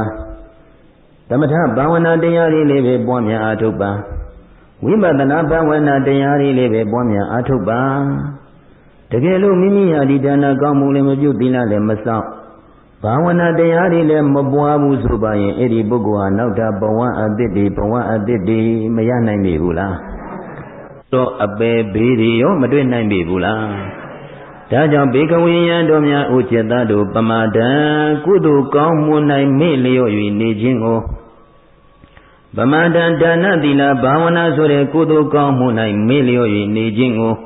ဘယတော်ဘေးတွေမှာပါတကားဟု၍အပမဒေသဒါနသီလဘာဝနာကောင်းမှု၌မမေ့မလျော့ခြင်းကိုလည်းခေမာတော်ဘေးကင်းကြောင်းတရားဘေးကင်းကြောင်းမှာတကားဟု၍ဒိဋ္ဌဝါရှုမြင်ညကုန်သည်ဖြစ်၍ဒီတော့မိမိတို့ကဒီဒါနသီလဘာဝနာကောင်းမှုတွေမေ့နေတဲ့ပုဂ္ဂိုလ်တွေဟာနောက်ထပ်ဘဝအသစ်တွေရပြီးတော့အိုဘေးနာဘေးသေဘေးဆိုတဲ့ဒီဆင်းရဲတွေနဲ့တွေ့ရတကယ်လို့မိမိမကောင်းမှုတွေပြုမိရင်အပေဘေးနဲ့ရောမတွေ့နိုင်ဘူးလားတကယ်လို့ဒါနကောင်းမှုသီလကောင်းမှုတွေဘာဝနာကောင်းမှုတွေပြုဖို့ရမမေ့တဲ့ပုဂ္ဂိုလ်ဒါနကောင်းမှုတွေလည်းပဲပြုဖို့ရအမြဲတမ်းတတိယနေတယ်အမြဲတမ်းကုသိုလ်ကောင်းမှုတွေပြုနေတယ်သီလဆိုတဲ့ကောင်းမှုတွေကိုလည်းပဲတည်နေတိုင်းအနေအားဖြင့်တနည်းစသည်ဆောင်ထိန်နေတယ်ဒီတဲ့လွန်အားဖြင့်မိမိရဲ့မွေးနေ့မှုရဲ့မွေးလာစသည်ဖြင့်အဲ့ဒီချိန်ခါတွေမှာလည်းပဲမိမိစသည်ဆောင်ထိန်နေတယ်မမေ့ဘာဝနာတရားတွေပွားများအားထုတ်ဖို့အနေအားဖြင့်လည်းပဲမမေ့ဘူးအထူးအားဖြင့်အခုလို့ရှင်မင်းဝန်သာသနာရေးသားမှာဝင်ရောက်ပြီးတော့မဟာတတိပဋ္ဌာန်မေခင်တရားတွေရှုပွားအားထုတ်ပြီးတော့နေတဲ့အချိန်ခါကာလမှာစက္ကန့်တိုင်းမိနစ်တိုင်းအချိန်တိုင်းဣရိယာပုတိုင်းအမှုရတိုင်းအနေအားဖြင့်မမေ့အောင်တတိကပ်ပြီးတော့ရှုမှတ်ပွားများအားထုတ်နေမယ်ဆိုပါရင်အဲ့ဒီပွားများအားထုတ်နေတဲ့ပုဂ္ဂိုလ်ဟာရှုမှတ်တဲ့အာယုံပေါ်မှာရှုစိတ်လေးဆွဲမြဲလေးကပ်ပြီးတော့တည်နေတဲ့အချိန်ပေါ့ထိုင်ပြီးတော့ရှုမှတ်နေမယ်ဆိုရင်လည်းပဲအဲ့ဒီရှုမှတ်နေတဲ့ထိုင်အာယုံလေးပေါ်မှာဝိမာအပြင်မိမိတို့ပင်တိုင်းရှုမှတ်နေတဲ့ပင်တိုင်းကမ္မထာလေးကိုပဲကြည့်လိုက်လေဟောင်းတယ်လို့ရှုမှတ်လိုက်တဲ့အခါမှာမိမိစိတ်ဆိုစိတ်မှတ်ကလေးနဲ့စိုက်ပြီးတော့အဲ့ဒီမှာတတိလေးကပ်ပြီးရှုလိုက်တဲ့အခါကျတော့ဟောင်းတယ်ဆိုရင်ဝမ်းမကြီးဟာတောင့်တင်းပြီးတော့လာရော့ကျသွားတာလားတောင့်တင်းပြီးတော့လာတဲ့သဘောလေးကိုတခါတည်းဝါယောဓာတ်ရဲ့သဘောလေးကိုရှင်းရှင်းလင်းလင်းသိနေတယ်ဘိန်သွားတဲ့အခါမှာလည်းပဲတခါတည်းယောဂီရဲ့စိတ်မှတ်ကလေးနေတာဘိန်တယ်လို့ရှုမှတ်လိုက်တာဒါပေမဲ့သိသွားတာကတရွေပြီးရွေ့ပြီးတော့ရော့သွားတဲ့သဘောကိုရောမသိရပြီဘူးလားတကယ်ကိုဝါယောဓာတ်ရဲ့ဒီမှာသဘောလေးတွေ့နေတာအဲ့ဒီဝါယောဓာတ်လေးဟာယုတ်တရားပဲပါတရားလေအဲ့လိုတောင့်တင်းတွန်းကန်လှုပ်ရှားနေတဲ့သဘောလေးကိုသိနေတာလေးကပါတရားလေးလေအဲ့ဒီမှာယုံနဲ့နာမယ်ဖောင်းနဲ့ပိန်နဲ့ရှုနေတဲ့အခါယုံနဲ့နာမယ်ဒါပဲဒါထိုင်ပြီးရှုနေစဉ်မှာဒီမှာယုံနဲ့နာဒါလေးနှစ်ခုတည်းပဲရှိတာပဲပုဂ္ဂိုလ်တ attva သူငါယောက်ျားမိန်းမဆိုတာဘယ်မလဲဖောင်းတဲ့ထဲမှာလည်းရှားမတွေ့ဘူးပိန်တဲ့ထဲရှားမတွေ့ဘူးဘယ်မှရှားမတွေ့ဘူးတကယ်တွန်းကန်တောင်တဲ့လှုပ်ရှားရွေရှားနေတဲ့သဘောလေးရဲ့သိနေတာလေးရဲ့ဒါနှစ်ခုတည်းရှိပါလားဆိုတာကိုရှင်းရှင်းလင်းလင်းတွေ့လာလိမ့်ဒီတဲ့တမာရီတရားတွေအားကောင်းလာတဲ့အခါကလည်းကြတော့အဲ့ဒီတွန်းကန်တောင်တဲ့လှုပ်ရှားနေတာလေးကလည်းတရွေပြီးရွေလာပြီးတော့နောက်ရှိသေးရဲ့လားနော်မရှိတော့ဘူးသူကဆုံးသွားပြန်ပြီမရှိတော့ဘူးပြတ်သွားပြီဟောသူမရှိတော့တဲ့အခါကျတော့မှနောက်တစ်ခါတရွေပြီးရွေပြီးရော့ကျသွားတဲ့သဘောလေးမတွေ့ရပြီဘူးလားသူကလည်းပဲတခါလည်းဖြစ်ပေါ်လာပြီးတဲ့ကနောက်ဆုံးမရှိတော့ဘူးကုံဆုံးချုပ်ပြော့သွားပြန်ပြီမြဲတာလားမမြဲတာလားအဲ့လိုတွန်းကန်တောင်တဲ့လှုပ်ရှားနေတဲ့သဘောရွေ့ရှားနေတဲ့သဘောလေးတွေဟာလည်းသူ့ဟာသူဖြစ်ပေါ်လာပြီးရင်သူ့ဟာသူပဲပါဖြစ်သွားတာလေကြောက်ပြောက်သွားတာဆိုတော့မြဲတာတွေတွေ့တာလားမမြဲတာတွေတွေ့တာလားအဲ့ဒီသဘောလေးတွေကိုတခါတည်းဉာဏ်နဲ့ဓာတ်ထိယောဂီကရှုနေရင်းနဲ့ကြည့်နေရင်းနဲ့ကိုသဘောကျအဲ့လိုသဘောကျနေတဲ့အခါကလည်းကြတော့ဆက်လက်ပြီးတော့ယောဂီပုဂ္ဂိုလ်ကရှုမှတ်ပြီးတော့သွားမယ်ဆိုရင်အဲ့ဒီပေါ်မှုပြမှုဖြစ်မှုပြက်မှုတွေကတခါတည်းခန္ဓာကိုယ်ပေါ်မှာအကုန်လုံးနေရာတိုင်းမှာ ပေါ်ပြောက်ဖြစ်ပြနေတာကြီးတွေပဲသိလိုက်တိုင်းဟာအကုန်လုံးတခါနဲ့ဟိုကအာယုံလေးကလည်းပေါ်လိုက်ပြောင်းလိုက်သိလိုက်တဲ့သိစိတ်လေးကလည်းသိလိုက်ပြောင်းလိုက်တယ်မြင်တဲ့အာယုံရှုလိုက်တော့လည်းပဲအဲ့ဒီအမြင်ခံဖြစ်တဲ့ဟိုကအဆင်းလေးကပေါ်လိုက်ပြောင်းလိုက်ဒီကမျက်သိစိတ်လေးကပေါ်လိုက်ပြောင်းလိုက်ဒါပဲကြားတဲ့အခါမှာလည်းဒီတိုင်းပဲနဲ့နန္ဒလည်းဒီတိုင်းရတာစတာလည်းဒီတိုင်းတွေးထိတာသကုစဉ်းစားကြံစီတာအလုံးဟာအရာရာပေါ်လိုက်ပြောင်းလိုက်ပြင်းလိုက်နေဆိုတော့အဲ့ဒီပေါ်မှုပြောင်းမှုဖြစ်မှုပြတ်မှုတွေရဲ့မပြတ်နှိမ့်ဆက်နေတဲ့အတွက်ကြောင့်ဩဒီခန္ဓာကိုယ်ကြီးဟာတကယ်ဆင်းရဲတုံကြီးပဲအာမကိုလောက်တဲ့ခန္ဓာကြီးပါလားအပြစ်ကြီးပါလားဆိုတာယောဂီကခါတဲ့ဉာဏ်ထဲမှာရှင်းလင်းပြီးတော့ခန္ဓာဒုက္ခတွေကိုမသိပြီဘူးလားဗျာခန္ဓာဒုက္ခတွေကိုရှင်းလင်းကိုသဘောကျပြီးတော့လာလိမ့်မယ်နောက်ပြီးတော့ဒီဆင်းရဲတွေကိုမိမိကအလိုရောရှိရလားဗျာအလိုမရှိပေမဲ့လို့လေယုံနာရလာတဲ့အခါကလည်းကြတော့ဒီဆင်းရဲတွေရှောင်လို့တိမ်လို့ရရလားကိုယ်သဘောလားသူ့သဘောလားသူ့သဘောဆိုတော့အစိုးရသလားအစိုးမရဘူးလားအဲ့ဒီအစိုးမရတဲ့သဘောကိုအတ္တခေါ်မလားအနတ္တခေါ်မလားအဲ့တော့ယောဂီပုဂ္ဂိုလ်ဟာဒီဖောင်းမှုပိန်မှုလေးရှုရင်းနဲ့ပဲအာလုံးဟာအနိစ္စဒုက္ခအနတ္တလက္ခဏာတွေထင်းလို့ဉာဏ်နဲ့အစဉ်ရင့်ကျက်ပြည့်စုံသွားတဲ့အခါကလည်းကြတော့ဟောဖြစ်မှုပြမှုတွေပြတ်ဆဲသွားတဲ့ငြိမ်းတဲ့နိဗ္ဗာန်ကိုယ်တိုင်ဆက်ရောက်နောက်တစ်ခါဆက်လက်ပြီးတော့ရှုပွားတဲ့အခါကျတော့အဲ့လိုပဲအစဉ်မဲ့အစဉ်ဘိုးအစဉ်ဆက်ရောက်ပြီးတော့ကိလေသာအာလောကုန်ခန့်ယဟန္တာဖြစ်သွားပြီဆိုရင်နောက်ထပ်ဘဝအသစ်ခန္ဓာအသစ်ရပါဦးမလားကဲဒီတော့အိုဘေးဆိုတာတွေဆင်းရဲတွေတွေ့ပါဦးမလားနာဘေးဆင်းရဲတွေတွေ့ပါဦးမလားသေဘေးဆင်းရဲတွေတွေ့ပါဦးမလားကဲဥနာသေဘေးဆိုတဲ့အဲ့ဒီဘေးတွေအကုန်လုံးမလွတ်ပေဘူးလားဗျာအပယ်ဘေးတွေရောမလွတ်ပေဘူးလားဒါကြောင့်ကုသိုလ်တရားတွေကိုအမြဲတမ်းမမေ့တဲ့ပုဂ္ဂိုလ်မမေ့တဲ့တတိတရားရှိနေတဲ့ပုဂ္ဂိုလ်ဟာအဲ့ဒီဥပိနာဘေသေဘေဆိုတဲ့ဘေးတွေမကင်းနိုင်မိဘူးလားဒါကြောင့်အပမဒိသဒါနသီလဘာဝနာဆိုတဲ့ကုသိုလ်ကောင်းမှု၌မမေ့မလျော့ခြင်းကိုလည်းခေမတော်ဘေးကင်းကြောင့်မှတကားဟူ၍ဒိဋ္ဌဝါရှုမြင်ညဂုံသည်ဖြစ်၍အတေငကံအင်္ဂါ၈ပါးနှင့်ပြည့်စုံသောမေကံမေခင်၈ပါးအကျင့်တရားကိုဒုံမေတိယောဂီသူတော်စင်အပေါင်းတို့သည်ဘာဝေတာပွားများနိုင်ကြပါစေကုန်တည်းဘုရားရှင်ကိုယ်တော်မြတ်ကြီးကအဲ့လိုဥပိ္ပနာဘေသေဘေးကလွတ်မြောက်ခြင်းနဲ့ဆိုရင်နဲ့မေခင်၈ပါးအကျင့်တရားကိုပွားများကြအခုအားထုတ်နေကြတာလည်းပဲဒီမေခင်တရားတွေပဲပွားနေတာမဟုတ်လားသမ္မာဒိဋ္ဌိသမ္မာသင်္ကပ္ပသမ္မာဝါစာသမ္မာဝါယမသမ္မာတတိသမ္မာသမာဓိစသည်ဖြင့်ဒီမှာမေခင်တွေသီလမေခင်တွေသမာဓိမေခင်တွေပညာမေခင်တွေဒီမေခင်တရားတွေကိုပဲယောဂီတို့ကပွားနေတာသီလမေခင်ဆိုတာကတော့စောက်ဒီဆောင်ထိထားတဲ့သီလစင်ကြယ်နေတာနဲ့အမျှသီလမေခင်တွေပြည့်စုံပြီးသားသမ္မာဝါစာသမ္မာကမ္မတာသမ္မာအာဇီဝဆိုတဲ့သီလမေခင်တွေပြည့်စုံပြီးသားဟိုတမာတိမေခင်ဆိုတာကတော့ဖြင့်အခုမိမိရှုမှတ်တဲ့အာယုံလေးကိုခါရဲမလွတ်အောင်ကြောင်းကြဆိုင်ပြီးရှုမှတ်မှုဆိုတဲ့သမ္မာဝါယမမေခင်ပေါ်လာတဲ့အာယုံလေးကိုမပြတ်ကပ်ပြီးတော့ရှုလိုက်ခြင်းဆိုတဲ့သမာဓိမေခင်ရှုမှတ်တဲ့အာယုံလေးပေါ်မှာရှုစိတ်လေးကပ်ပြီးတော့တည်သွားမှုဆိုတဲ့သမာဓိမေခင်တွေဟောရှုမှတ်တိုင်းဟာဒီသမာဓိမေခင်တွေမဖြစ်ပေဘူးလားဗျာအဲလိုရှုမှတ်တဲ့အာယုံပေါ်မှာရှုတဲ့တည်ကြည်မှုသမာဓိတွေအားကောင်းတဲ့တန်စွာရလာတဲ့အခါကလည်းကြတော့ရှုတိုင်းသူ့ရဲ့သဘောအမှန်နေဥပမာအဖြစ်ပေါင်းနေဆိုရင်လည်းပဲဝမ်းမိုက်ဆိုတဲ့တရားပြောက်ပြီးတော့တွန်းကန်တောင်တင်းလှုပ်ရှားရွေ့ရှားနေတဲ့သဘောလေးတွေမတွေ့ရဘူးလားဘိနေဆိုရင်လည်းဝမ်းမိုက်တရားပြောက်ပြီးတော့တရွေချင်းရွေ့ရော့နေတဲ့သဘောလေးတွေမတွေ့ရပေဘူးလားတရားဆိုတာသဘောတရားဆိုတာပါဠိတရားဆိုတာပုံမှန်တရားအထည်တရားတိရှားလို့ရရလားသဘောလေးပဲအဲ့ဒီသဘောလေးသိနေပြီဆိုရင်တရားတွေ့နေပြီဘာတရားတွေလဲဆိုရင်ယုတ်တရားတွေနံတရားတွေမတွေ့ရပေဘူးလားအဲ့လိုတဲ့တခါတဲ့သဘောတဘာဝလေးယုံနာတကယ်ပရမအစစ်ကလေးကိုယောဂီပုဂ္ဂိုလ်ကဉာဏ်နဲ့တွေ့နေပြီဆိုရင်အဲ့ဒီပုဂ္ဂိုလ်ဟာတမ္မာဒိဋ္ဌိလားမိစ္ဆာဒိဋ္ဌိလားအတိအမြင်လေးတခါတဲ့မှတ်မှတ်ကံကံနေအဖြစ်မြင်သွားပြီဟိုဘက်ကတမ္မာဒိဋ္ဌိတမ္မာသင်္ကပ္ပဆိုတာကတော့ဖြင့်မှန်စွာကြံစည်ခြင်းဆိုတာကြာကြီးကြံစည်နေတာမဟုတ်ဘူးအမှန်တိုင်းသိမြင်ဖို့တရှုရအာယုံလေးပေါ်မှာမတ်စိတ်ကလေးကိုတခါတဲ့တွန်းပို့လိုက်တဲ့သဘောလေးကိုတမ္မာသင်္ကပ္ပမေခင်တဲ့အဲ့ဒီတော့ပညာမေခင်က2ပါးသမာဓိမေခင်3ပါးနဲ့ပညာမေခင်2ပါးပေါင်းလိုက်ရင်မေခင်ဘယ်နှပါးလဲမေခင်5ပါးဟိုသီလမေခင်ကအလုံးပြည့်စုံပြီဖြစ်တဲ့အတွက်ကြောင့်မို့အဲ့ဒီသီလမေခင်ကထည့်လိုက်မယ်ဆိုရင်မေခင်ဘယ်နှပါးလဲကြတိတော့ဘုန်းကြီးတို့ယောဂီများအခုအချိန်တိုင်းစက္ကန့်တိုင်းမိနစ်တိုင်းနာရီတိုင်းရှုမှတ်နေကြတာဗာတရားတွေရှုမှတ်နေကြတယ်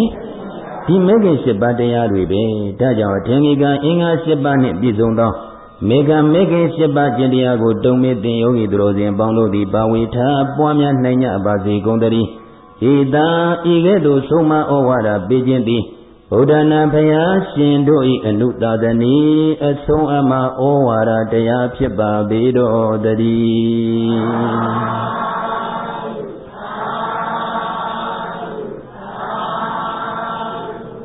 ယခုလိုဘုန်းကြီးတို့ယောဂီများဒီမေခင်7ပါးကျင့်တရားတွေကိုတခက်တတိဥစည်းတဲ့စိတ်ကလေးနဲ့ကြိုးစားပြီးတော့ရှုနေပွားနေအားထုတ်နေခြင်းဟာဒါဘုန်းကြီးတို့ယောဂီများဘေးတွေ့ကြောင်းနေလားဘေးကင်းကြောင်းနေလားဘာဘေးတွေလဲဆိုရင်အပေဘေးတွေရောမကင်းနိုင်ဘူးလားဒီတဲ့တန်လွန်ပြီးတော့အိုဘေးတွေနာဘေးတွေသေဘေးတွေရောမကင်းနိုင်ပြီဘူးလားအဲ့လိုကင်းအောင်ကျင့်ကြံပွားများအားထုတ်ဖို့အတွက်ဘုရားရှင်ကိုတော်မြတ်ကြီးမဆုံးမတော်မူခဲ့သေးဘူးလားဒီတတိဆိုရစောင့်ရှောက်လေးထားပြီးတော့ကြိုးစားပွားများအားထုတ်သွားမယ်ဆိုပါရင်ဒီလိုဘာဝနာတရားတွေပေါ်မှာတတိဆိုရမမေ့တဲ့တရားလေးနဲ့ကြိုးစားသွားမယ်ဆိုပါရင်အပေဘေးတွေလည်းကင်းနိုင်တယ်အဲ့ဒီအိုဘေးနာဘေးသေဘေးဆိုတဲ့ဆင်းရဲဘေးတွေရောမကင်းနိုင်ပြီဘူးလားဗျာဒါလေးကိုဘုန်းကြီးတို့တာရကလေးတစ်ခုထုတ်ပြီးတော့ပြရလို့ရှိရင်ဘုန်းကြီးတို့မြတ်စွာဘုရားလက်ထက်တော်ခါကာလတုန်းကပတ္တစာရီဆိုတဲ့မြို့သမီးကလေးသူ့ရဲ့အကြောင်းလေးကိုတော့ဘုန်းကြီးတို့ယောဂီများမကြနာကြဘူးနေကြတာပဲအဲတော့ပတ္တစာရဆိုတဲ့အမျိုးသမီးလေးဟာသူ့မှာတနေ့တည်းနဲ့လင်ယောက်ျားဖြစ်တဲ့ပုဂ္ဂိုလ်ဟာလည်းမွေးပေါက်လို့သိဆုံးသားလေး2ယောက်ကလည်းပဲတစ်ယောက်ကဇွန်ချီတစ်ယောက်ကယင်နစ်လို့သိဆုံးအဲ့ဒါနဲ့ဘာမှအကိုရမဲ့အနေအချင်းတွေ့တာစရာမရှိတော့မိဘနဲ့မောင်မွားထံကိုအားကိုးမယ်ဆိုပြီးတော့ရာဇဂိုမြို့ကိုပြန်လာတဲ့အခါလမ်းမှာတယောက်သောပုဂ္ဂိုလ်နဲ့တွေ့လို့အဲလိုတယောက်သောပုဂ္ဂိုလ်နဲ့တွေ့တဲ့အခါကလည်းကြတော့ဒီရက်ကွက်မှာရှိကြတဲ့ဒီပုဂ္ဂိုလ်နေထိုင်ကောင်းကြရဲ့လားစသည်ဖြင့်မေးတဲ့အခါကလည်းကြတော့အဲဒီမှာတွေ့တဲ့ဧည့်သည်ဖြစ်တဲ့ပုဂ္ဂိုလ်ကစိတ်မကောင်းစရာပါကွယ်တဲ့မနှိညကမိုးကြီးလေကြီးကြတာငါသမီးမသိလိုက်ဘူးလားသိလိုက်ပါလေအဲဒီမိုးကြီးလေကြီးကြခြင်းအချိန်ကာလမှာအဲဒီသမီးမေးတဲ့ပုဂ္ဂိုလ်များဟာအားလုံးဖခင်ဖြစ်တဲ့ဘုံအောင်မိခင်ဖြစ်တဲ့ပုဂ္ဂိုလ်ရောသားဖြစ်တဲ့ပုဂ္ဂိုလ်ရောဟာတအိမ်လုံးမှာမိုးရီလေးတွေကြပြီးတော့သူတို့တအိမ်ကြီးပြိုလဲပြီးတော့အဲဒီမှာအားလုံးပဲသေပွဲဝင်သွားကြတယ်ကွယ်ကိုဟောပေါ်မှာမိခိုးလေးတလူလူထွက်နေတာလေးကိုငါသမီးမြင်နေမဟုတ်လားအဲဒီမိခိုးတလူလူထွက်နေတဲ့နေရာလေးဟာအဲဒီသုံးလောင်းချိုင်းအနေအားဖြင့်မိသင်ကြိုပြီးတော့နေတာလို့အဲဒီလိုပြောလိုက်တဲ့ဆိုရင်အဲဒီမှာအကိုရမဲ့တနေ့နဲ့တခါနဲ့6လောင်းကျင်အနေအားဖြင့်တခါကွက်လွန်သွားတယ်။ခွန်ကြီးတို့ယောဂီများလည်းပဲမိမိတို့သူတာရင်ချရဲကတဦးတယောက်များဆုံးရှုံးသွားပြီဆိုပါရင်မအိမ်နိုင်မစားနိုင်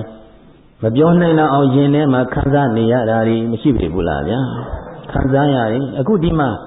အားလုံးတနေ့နဲ့6လောင်းကျင်ဘာမှအားကိုးစရာလည်းမရှိဘူးတွေ့တာစရာလည်းမရှိတော့အဲဒီမှာတတိတွေပါလွတ်ပြီးတဲ့ကလာကြတော့အဲဒီမှာကိုယ်စိတ်လေးကိုကိုယ်တတိမထိန်နိုင်တော့တဲ့အတွက်ကြောင့်မို့ရွတ်သွတ်တဲ့ဘဝမျိုးရောက်သွားတယ်။ရွတ်သွတ်သွားတယ်ဆိုတာတတိရှိတာလားမရှိတာလား။တတိမရှိတာနော်ဘုန်းကြီးတို့ယောဂီများတတိလို့ပြီးတော့များတယောက်တည်းစကားပြောမနေနဲ့။ဘုန်းကြီးတို့ယောဂီများတယောက်တည်းစကားပြောနေတဲ့ပုဂ္ဂိုလ်ကိုဘယ်လိုခေါ်ကြလဲလောကမှာအယူတဲ့။ကိုလည်းပြန်စဉ်းစားကြည့်လူကသာငိုးတုတ်ကြီးတယောက်တည်းစကားတွေပြောနေတာနော်အတန်မထွက်အတန်တိတ်စကားပြောနေတာအတန်တိတ်စကားပြောနေတာကိုငါဟာယူကြီးလားလို့ဆိုတာတော့ပြီးပေါ်နေမယ်ကိုလည်းပဲတခါနဲ့အိမ်ကလူနဲ့ဘာမှအိမ်ကလူကလည်းကြားနိုင်မှာမဟုတ်ဘူးကိုကလည်းမကြားရပါဘူးအိမ်ကလူကပြောလိုက်ကိုဟာပြောလိုက်တခါနဲ့ထိုင်ရင်းနဲ့ငိုးတုတ်စကားတွေပြောနေတာအတန်မထွက်တာနော်တခါတည်းမှာတချို့ပုဂ္ဂိုလ်များရောင်တောင်ထွက်သွားတာရှိသေးတယ်အဲ့ဒါဘာဖြစ်နေတာလဲဆိုတရားအောင်တဲ့စကားပြောနေတဲ့ပုဂ္ဂိုလ်ကိုလောကမှာဘယ်လိုခေါ်လဲ။ဘုန်းကြီးတို့ယောဂီများအယူမဖြစ်ကြစေနဲ့ဒါပဲပြောခြင်းနဲ့အယူမဖြစ်ကြစေနဲ့တရားအောင်တဲ့စကားမပြောနဲ့အတန်တိတ်ပြောတာအတန်တိတ်ကိုမပြောနဲ့အဲ့တော့ကိုယ့်ဟာကိုယ်ပဲကိုရှိမှတ်တဲ့အာယုလေးပေါ်မှာရောက်နေအောင်နေအဲ့ဒီမှာပဋ္ဌာစရဟာတတိမထိန်နိုင်တော့ဘဲနဲ့အဲ့ဒီမှာတတိလက်လောဖြစ်ပြီးသွားခဲ့ယူသွပြီးတော့သွားအဲ့ဒီမှာဘယ်နေရာပဲရောက်ဘယ်နေရာပဲဝင်သားအရွယ်လေးတွေမြင်မြန်တော့လည်းပဲသားကိုယ်တရိယာလို့ပြည့်ပြီးတော့ပွင့်မယ်ကံမယ်ကြမ်းမြန်တော့လည်းပဲဒုံနေရဲခင်းနဲ့ပေါက်လွှတ်ကြပြန်တယ်မိဘအရွယ်ကိုမြင်လို့မိဘများထမှာမိဘရဲ့လို့ထင်းပြီးတော့ပြည့်ပြီးတော့ကပ်ပြန်တော့လည်းဘယ်သူမှအကပ်မခံပြိုးဆိုးပြောပြီးတော့ခင်းနဲ့ပေါက်ဒုံနဲ့ရိုက်ပြီးတော့လွတ်ကြပြန်တဲ့အတွက်ကြောင့်မို့ဘယ်မှမိခိုရမရှိမိမိစိတ်ကိုလည်းမိမိအထင်အချုပ်မရှိဘဲနဲ့ရောက်ချင်းရရောက်ပေါက်ချင်းရပေါက်လက်ပတ်ပြီးတော့သွားလာကျစားပြီးတော့နေတယ် တဏီလောကကလာဘုရားရှင်ကိုရောမြတ်ကြီးရဲ့ဉာဏ်တော်ထဲမှာထင်လာတယ်ဒီကမ္မပတ္တသရမျိုးသမီးလေးရဲ့ကျွတ်တန်းဝင်မယ်ရင်းမြင်တော်မူတဲ့အတွက်ကြောင့်ဘုရားရှင်ကိုရောမြတ်ကြီးဟာဒိဋ္ဌံပြီးတော့မိမိရဲ့တရားဟောတဲ့ဓမ္မပလင်ဓမ္မတဏစီကိုရောက်လာအောင်တရားပွေကြီးစီကိုရောက်လာအောင်ဘုရားရှင်ကိုရောမြတ်ကြီးဆောင်တင်လိုက်တဲ့အခါကာလကြတော့အဲ့ဒီပတ္တသရမျိုးသမီးလေးပတ္တသရမျိုးသမီးလေးဟာမြတ်စွာဘုရားရှင်ကိုရောမြတ်ကြီးရဲ့တရားပရိသတ်အစွန်ဘုရားကိုရောက်လာဒီလိုပရိသတ်ရဲ့အစွန်ဘုရားရောက်လာတဲ့အခါကာလကြတော့အလုံးပုထုဇဉ်များပြီးပြီးအယူအနန္တကတ်လာလို့ရှိရင်ကိုယ်နှံကိုအကတ်ခံသလားမခံဘူးလားဟာတခါရဲအော်လို့ဆိုလို့မှန်လို့ဒီယူကဘောင်းလာသွားဟိုသွားဒီသွားဖို့ကိုယ်နှံအကတ်မခံဘူးအကုန်လုံးမောင်းလွှတ်နေကြကိုယ်ကလည်းပဲပဋ္ဌာန်းကလည်းဘယ်လောက်ထိအောင်တတိတွေလွတ်နေတယ်လေဆိုရင်မိမိရဲ့ခန္ဓာကိုယ်မှာအဝတ်စားရလို့များရှိသေးရလားဗျာလုံးဝအယောစားဆိုတာဗလာဏဒီတတိလက်လို့ဖြစ်နေတယ်အဲ့လိုမောင်းပြီးတော့လွတ်တဲ့ခြင်းကကလည်းမဘုရားရှင်ကိုတော်မြတ်ကြီးကနေပြီးတော့အလုံးပရိသတ်ကြီးကိုသူ့ကိုမောင်းပြီးတော့မလွတ်လိုက်နဲ့ဆိုပြီးတော့ပြောဆိုလိုက်တဲ့အခါကျတော့မှအလုံးငြိမ်သွားတယ်အဲ့ဒီခြင်းကကလည်းကြတော့မှဘုရားရှင်ကိုတော်မြတ်ကြီးဟာအဲ့ဒီပတ္တစာရီမျိုးသမီးလေးကြားလောက်တဲ့အတန်တော်နဲ့တတိလက်တတိပတိလက်ပပဂိနီဘုရားရှင်ကိုတော်မြတ်ကြီးကနေပြီးတော့တတိပေးလိုက်တာနော်တကယ်ကရုဏာရတ္တအပြည့်အဝပါတဲ့အတန်တော်လေးနဲ့ဩချစ်နမပဒါစာရီတတိထားပါတော့လောဘုရားရှင်ကိုတော်မြတ်ကြီးကတတိလေးပေးလိုက်တာချစ်နမပဒါစာရီတတိထားပါတော့လောတဲ့တတိပတိလက်ပပဂိနီတဲ့ချစ်နမတတိထားလိုက်ပါတော့လောလို့အဲ့လိုကရုဏာရတ္တအပြည့်ဝပါတဲ့အတန်တော်နဲ့တတိပေးလိုက်တယ်ဆိုရင်အဲ့ဒီမှာတတိပြန်ရလာတယ်အဲ့ကြတော့မှပတ္တစာရတတိပြန်ရလာတယ်မိမိရဲ့စိတ်တွေဟာတခါတည်းပြန်ပြီးတော့ကြည်လင်လာတယ်အဲ့လိုကြည်လင်လာပြီးတတိရလာတဲ့အခါကျတော့မှမိမိခန္ဓာကိုယ်ကိုပြန်ကြည့်လိုက်တယ်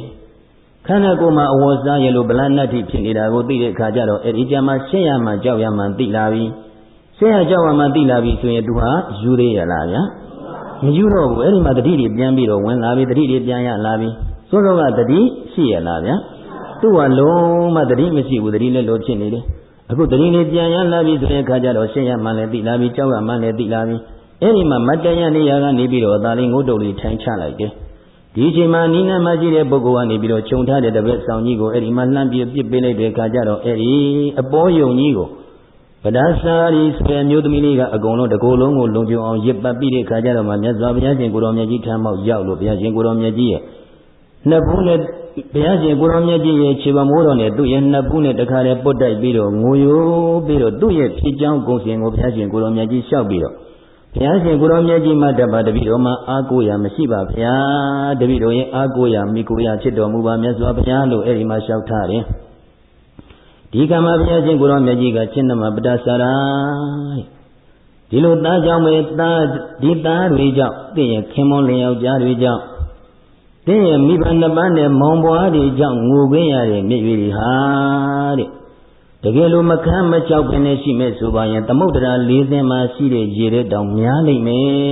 ်လို့ဒီလိုဘုရားရှင်ကိုတော်မြတ်ကြီးသတိပေးလိုက်တယ်ဒီကမှာပတ္တစာရီမြို့သမီးလေးဟာသတိတွေရလို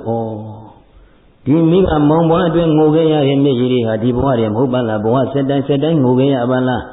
းဒီလျောက်ကြားကြောင့်နဲ့ဒီလျောက်ကြားအတွက်ငိုခဲ့ရတဲ့မြစ်ရည်တွေဒီသားတွေအတွက်ငိုခဲ့ရတဲ့မြစ်ရည်တွေဟာတဘဝတည်းတွေမဟုတ်ပါပဲလားဘဝဆက်တိုင်းသူတို့အတွက်ငါငိုကြွေးခဲ့ရတဲ့ငိုကြွေးခဲ့ရတာပါလားအဲ့တော့ဒီငိုကြွေးခဲ့ရတဲ့မြစ်ရည်တွေကမခမ်းမချောက်ဖက်နေရှိမယ်ဆိုရင်သမုဒ္ဒရာ၄ဆင်းနဲ့မကများလိမ့်မယ်လို့မြတ်စွာဘုရားရှင်ကိုတော်မြတ်ကြီးသတိပေးတော်မူတယ်အဲ့ဒီကြတော့မှသူ့ကိုယ်သူတတိတွေပြန်ပြီးတော့ရလာဒီလိုတတိယလာတဲ့အခါကျတော့မှဘုရားရှင်ကိုတော်မြတ်ကြီးဟာနတ်တန်တိဗုဒ္ဓတဏ္ဍာယစတဲ့ဂါထာဖြင့်ရှင်းနမှာတဲ့ဒီအိုခြင်းဆိုတဲ့တရားတွေသိခြင်းဆိုတဲ့နာခြင်းဆိုတဲ့တရားတွေသိခြင်းဆိုတဲ့တရားတွေဟာဘယ်မိဘဘယ်မောင်ဘွားဘယ်သားသမီးကမှတဥပေါ်မှာတဥမကဲနိုင်ဘူးတဲ့အိုဘေးဒုက္ခကြုံလာရင်လည်းပဲမိဘကလည်းသားသမီးကိုမကဲနိုင်ဘူးတဲ့သားသမီးကလည်းမိဘကိုမကဲနိုင်ဘူးနာပြည်ဒုက္ခရေးတွေ့ကြုံလာပြီဆိုရင်လည်းပဲမိဘသားသမီးမကဲနိုင်ဘူးမိဘပေါ်မှာအင်မတန်မှချစ်ပါတဲ့မြန်တို့ပါရဲ့ဆိုတဲ့ပုဂ္ဂိုလ်ကလည်းပဲခွဲဝေပြီးတော့ဒီယောဂဝေဒနာတွေခံစားခြင်းလို့လည်းပဲတဲ့ပေါ်မှာသက်သာစေခြင်းလို့ခွဲဝေယူပြီးမျှဝေခံစားမယ်ဆိုလို့လည်းပဲဘယ်လို့မှယူလို့မရနိုင်အဲတော့သေပြီးဒုက္ခတွေကြုံတွေ့လာတဲ့ခံမှလည်းပဲဘယ်မိဘဘယ်သားသမီးကမှခွဲဝေမျှယူလို့မရနိုင်တဲ့တကယ်ဘေးနဲ့တကယ်အရေးကြုံလာပြီဆိုရင်ဘယ်တွေးဘယ်သားတွေမှမကဲနိုင်ရလားဗျာကဲဒါလေးဆိုကြည်စမ်းပါတကယ်အရေး တကယ်ဘေးဘယ်သွေးဘယ်သားမကယ်ပြီတကယ်အရေးတကယ်ဘေးဘယ်သွေးဘယ်သားမကယ်ပြီဆိုကြည့်ပါ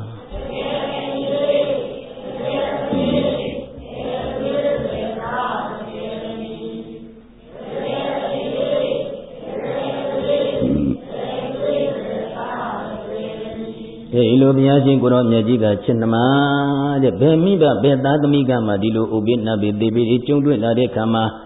ဘသူ့ကိုဘသူကမှမကယ်နိုင်ဘူးတဲ့အတိလိမ္မာဉာဏ်ပညာနဲ့ပြည့်စုံတဲ့ပုဂ္ဂိုလ်ဟာသီလကိုစင်ကြယ်စွာဆောင်ထိန်ပြီးတော့ဒီမေခင်7ပါးကျင့်တရားတွေကိုကျင့်ကြံပွားများအားထုတ်တဲ့တတိပဋ္ဌာန်ဒေသနာတော်ကိုပွားများအားထုတ်တယ်လို့ဒီလိုဘုရားရှင်ကိုရောမြတ်ကြီးကဟောကြားတော်မူလိုက်တဲ့အခါမှာဘုရားရှင်ကိုရောမြတ်ကြီးဟောကြားတော်မူတဲ့တရားတော်ကိုနာခန္ဓာမှာဉာဏ်စိုက်ပြီးတော့ပေါ်ကိုင်းအာယုံလေးကိုတတိကံပြီးတော့ရှုမှတ်ပွားများအားထုတ်ပြီးတော့နေတဲ့အချိန်မှာဘုရားရှင်ကိုရောမြတ်ကြီးရဲ့ဒေသနာတော်လေးဆုံးသွားရောအဲဒီမှာသောတာပတိမညပူညာဆက်ရောက်ပြီးတော့သောတာပန်အရိယာဖြစ်တော်မူတယ်သောတာပန်ပုဂ္ဂိုလ်ကြီးမဖြစ်ပေဘူးလားဗျာအဲဒီမှာသောတာပန်ပုဂ္ဂိုလ်ကြီးဖြစ်သွားပြီအရိယာပုဂ္ဂိုလ်ကြီးဖြစ်သွားပြီဒီလိုအရိယာပုဂ္ဂိုလ်ကြီးဖြစ်သွားတဲ့အခါတတိလွတ်နေလို့လားတတိရှိနေလို့လားကြည်စံတော်တတိတရားဟာအရေးကြီးသလားမကြည်ဘူးလားတတိလွတ်နေပြီမရှုနိုင်မပွားနိုင်အာမတုံနိုင်တဲ့ပုဂ္ဂိုလ်မှာဒီတရားအသိဉာဏ်တို့ရနိုင်ပါမလားအဲဒီမှာပတ္တစာရအမျိုးသမီးတွေကနေပြီးတော့ဘုရားရှင်ကိုရောမြတ်ကြီးကိုတပည့်တော်ကိုဘိက္ခုနီမှာပြုလုပ်ခွင့်ပြုတော်မူပါဗျာလို့လျှောက်ထားတဲ့အတွက်ကြောင့်ဘုရားရှင်ကိုရောမြတ်ကြီးဘိက္ခုနီမှာပြုလုပ်ခွင့်ပေးလိုက်တယ်အဲဒီမှာဘိက္ခုနီမှာပြုပြီးတော့သင်လျော်တဲ့တောနေရာတောကျောင်းလေးမှာသင်လျော်တဲ့နေရာဌာနမှာတောကျောင်းလေးမှာတရားအားထုတ်ပြီးတော့နေတဲ့အချိန်မှာအားထုတ်တဲ့အခါမှာလည်းပဲကြည့်နော်ဒီအဲ့ဒီပတ္တဆရာထေရီမာလေးဟာဒီသာသနာမှာဆိုရင်ဘိက္ခုနီမကြီးထဲမှာဝိနည်းအရာမှာမြတ်စွာဘုရားရှင်ကိုရောမြတ်ကြီးဟာအမြတ်ဆုံးပဲလို့ဣတရက်ရတော်မူတဲ့မထေရမြတ်ကြီးဖြစ်သွားအဲ့ဒီမှာတရားကြီးကြိုးစားပြီးတော့အားထုတ်နေတဲ့တပါးကြီးဒီလိုအားထုတ်နေစဉ်မှာတနေ့သောခါကာလကြတော့မိမိရဲ့ကျောင်းဘောကနေပြီးတော့အောက်မှာဇင်ညာလန်းကိုဆင်းပြီးတော့ဇင်ညာလျှောက်တယ်ကိစ္စတော်ဝါကိစ္စမိတိပဇ္ဇနာတိသွားနေတဲ့အမှုအရာလေးကိုသွားတဲ့အမှုအရာလေးတိုင်းသိအောင်ရှုနေတယ်။ဘုန်းကြီးတို့ယောဂီများကရှုနေတာညာလန်းနဲ့ပင်လန်းနေလို့ရှုနေတယ်ဆိုတာဟာသွားနေတာလားရပ်နေတာလား။ကြွရဲလန်းနေချတယ်လို့ရှုနေတာဟာသွားတာလားရပ်တာလား။အဲတော့ဒီမှာသွားနေတဲ့အမှုအရာလေးကိုညာလန်းတယ်လို့ပဲရှုရှုပင်လန်းတယ်လို့ပဲရှုရှုကြွရဲလန်းနေချတယ်လို့ပဲရှုရှုဘယ်လိုပဲရှုနေနေအဲ့ဒီသွားနေတဲ့မူရလေးကိုသေချာတတိကပ်ပြီးတော့ရှုနေတယ်ခုလည်းပဲပတ္တသနာထေရီမာလေးဟာအဲ့ဒီဈဉ္ညာမတရားကိုကြာကြာနတ်နတ်ယောဂီများရှုနေတယ်လို့ပဲယောဂီများတဲ့တောင်ပူခြင်းပူအောင်မယ်တကယ်အရိယာပုဂ္ဂိုလ်ဖြစ်နေပြီလေတတိကိုမလွတ်အောင်တခြားစူးစိုက်ပြီးတော့ရှုနေအဲ့လိုဈဉ္ညာလျှောက်ပြီးတဲ့အခါကလည်းကြတော့မှအဲ့ဒီမှာမိမိရဲ့သင်္ကန်းကျောင်းပေါ်မှာပြန်ပြီးတော့တရားအထုတ်အောင်မယ်ဆိုပြီးတော့အဲ့ဒီမှာသင်္ကန်းကျောင်းပေါ်တက်ဖို့ပြန်လာတက်တော့မယ်ဆိုတဲ့အခါကလည်းကြတော့ခြေဘဝမှာဖုံနေပါရင်းနဲ့အငြိကြီးတွေလူပိလာတဲ့အတွက်ကြောင့်အဲ့ဒီလေကားရင်းမှာခြေစည်းအိုးတွေဆိုတာရှိတယ်ခြေစည်းအိုးနဲ့အဲ့ဒီမှာခြေစည်းဖို့ရတဲ့အောက်ကခုံနေပါနဲ့ကြောက်ခုံနေရှိတယ်အဲ့ဒီမှာတက်တော့မယ်ဆိုတဲ့အခါကလည်းကြတော့ခြေစည်းအင်းမြင့်ပေါ်မှာရက်တယ်ရက်ပြီးတဲ့အခါကျတော့ရေမှုန်လေးကိုကင်တယ်ရေမှုန်လေးကင်ပြီးတဲ့အခါကျတော့အဲ့ဒီမှာအိုးတွေကရေကိုခတ်တော့လေခတ်တယ်ရှုမှတ်ပြီးတော့သတိမလွတ်စေဘူးယူလာတဲ့ခါမှလည်းယူတယ်လောင်းချတဲ့ခါမှလည်းပဲလောင်းတယ်ခြေတော့ပုံမှာရေကျသွားတဲ့ခါကျတော့လည်းပဲအေးတဲ့ခါအေးတယ်တိတဲ့ခါတိတယ်စသည်ရှုတယ်ဒီလိုရှုရင်းနဲ့အဲ့ဒီမှာရေလေးဟာခြေတော့ပေါ်ကနေပြီးတော့အောက်ကိုတပြေးပြေးသူ့ရဲ့ကြောက်ဖြာပေါ်ကနေပြီးတော့အောက်ကိုဖြည်းဖြည်းဆင်းကျသွားတာမြေကြီးပေါ်အတော်အသင့်လေးဝေးသွားတဲ့ခါကျရေလေးဟာတဖြည်းဖြည်းခန်းချောက်သွားတယ်အဲ့ဒါလေးကြည့်ပြီးတော့မမြဲတဲ့သဘောသူ့ရဲ့ဉာဏ်ထဲမှာထင်လာတယ်တခါလေရေတွေမမြဲဘူးတခါလေကုံဆုံးသွားနောက်တစ်ခါဒုတိယရေမှုတ်ကိုခတ်ပြီးတော့လောင်ချလိုက်ပြန်တယ်အဲ့ဒီဒုတိယရေဟာလေးပဲခြေတော့ပေါ်ကနေပြီးတော့အဲ့ဒီမှာကြောက်ပြာပေါ်ကနေပြီးတော့မြေကြီးပေါ်ကနေပြီးတော့ဆင်းစီးသွားပြီးတော့စောစောကခန်းချောက်သွားတဲ့နေရာလေးရဲ့အလွန်ရောက်တဲ့ခါကျတော့ခန်းချောက်သွားတယ်အဲ့ဒီမှာသူ့ရဲ့ဉာဏ်ထဲမှာဘယ်လိုထင်လာလဲဆိုလောကမှာရှိနေတဲ့တ attva ကြီးဟာအသက်အရွယ်ငယ်ပထမအရွယ်မှလည်းပဲသိနိုင်တယ်အခုလိုပဲကုံဆုံးပြီးတော့ချုပ်ပြောက်သွားနိုင်တယ်သိသွားနိုင်တယ်ဒုတိယအရွယ်မှအသက်40ကျော်50ရွယ်မှလည်းပဲသိနိုင်တယ်တတိယအရွယ်မှဖြစ်တဲ့အသက်80ကျော်80ကျော်80အရွယ်မှလည်းပဲသိနိုင်တယ်တတိယရေခွက်ကိုလောင်းချလိုက်တဲ့အခါကျတော့အဲ့ဒီမှာခြေတော်ပေါ်ကနေကြမ်းမြေမော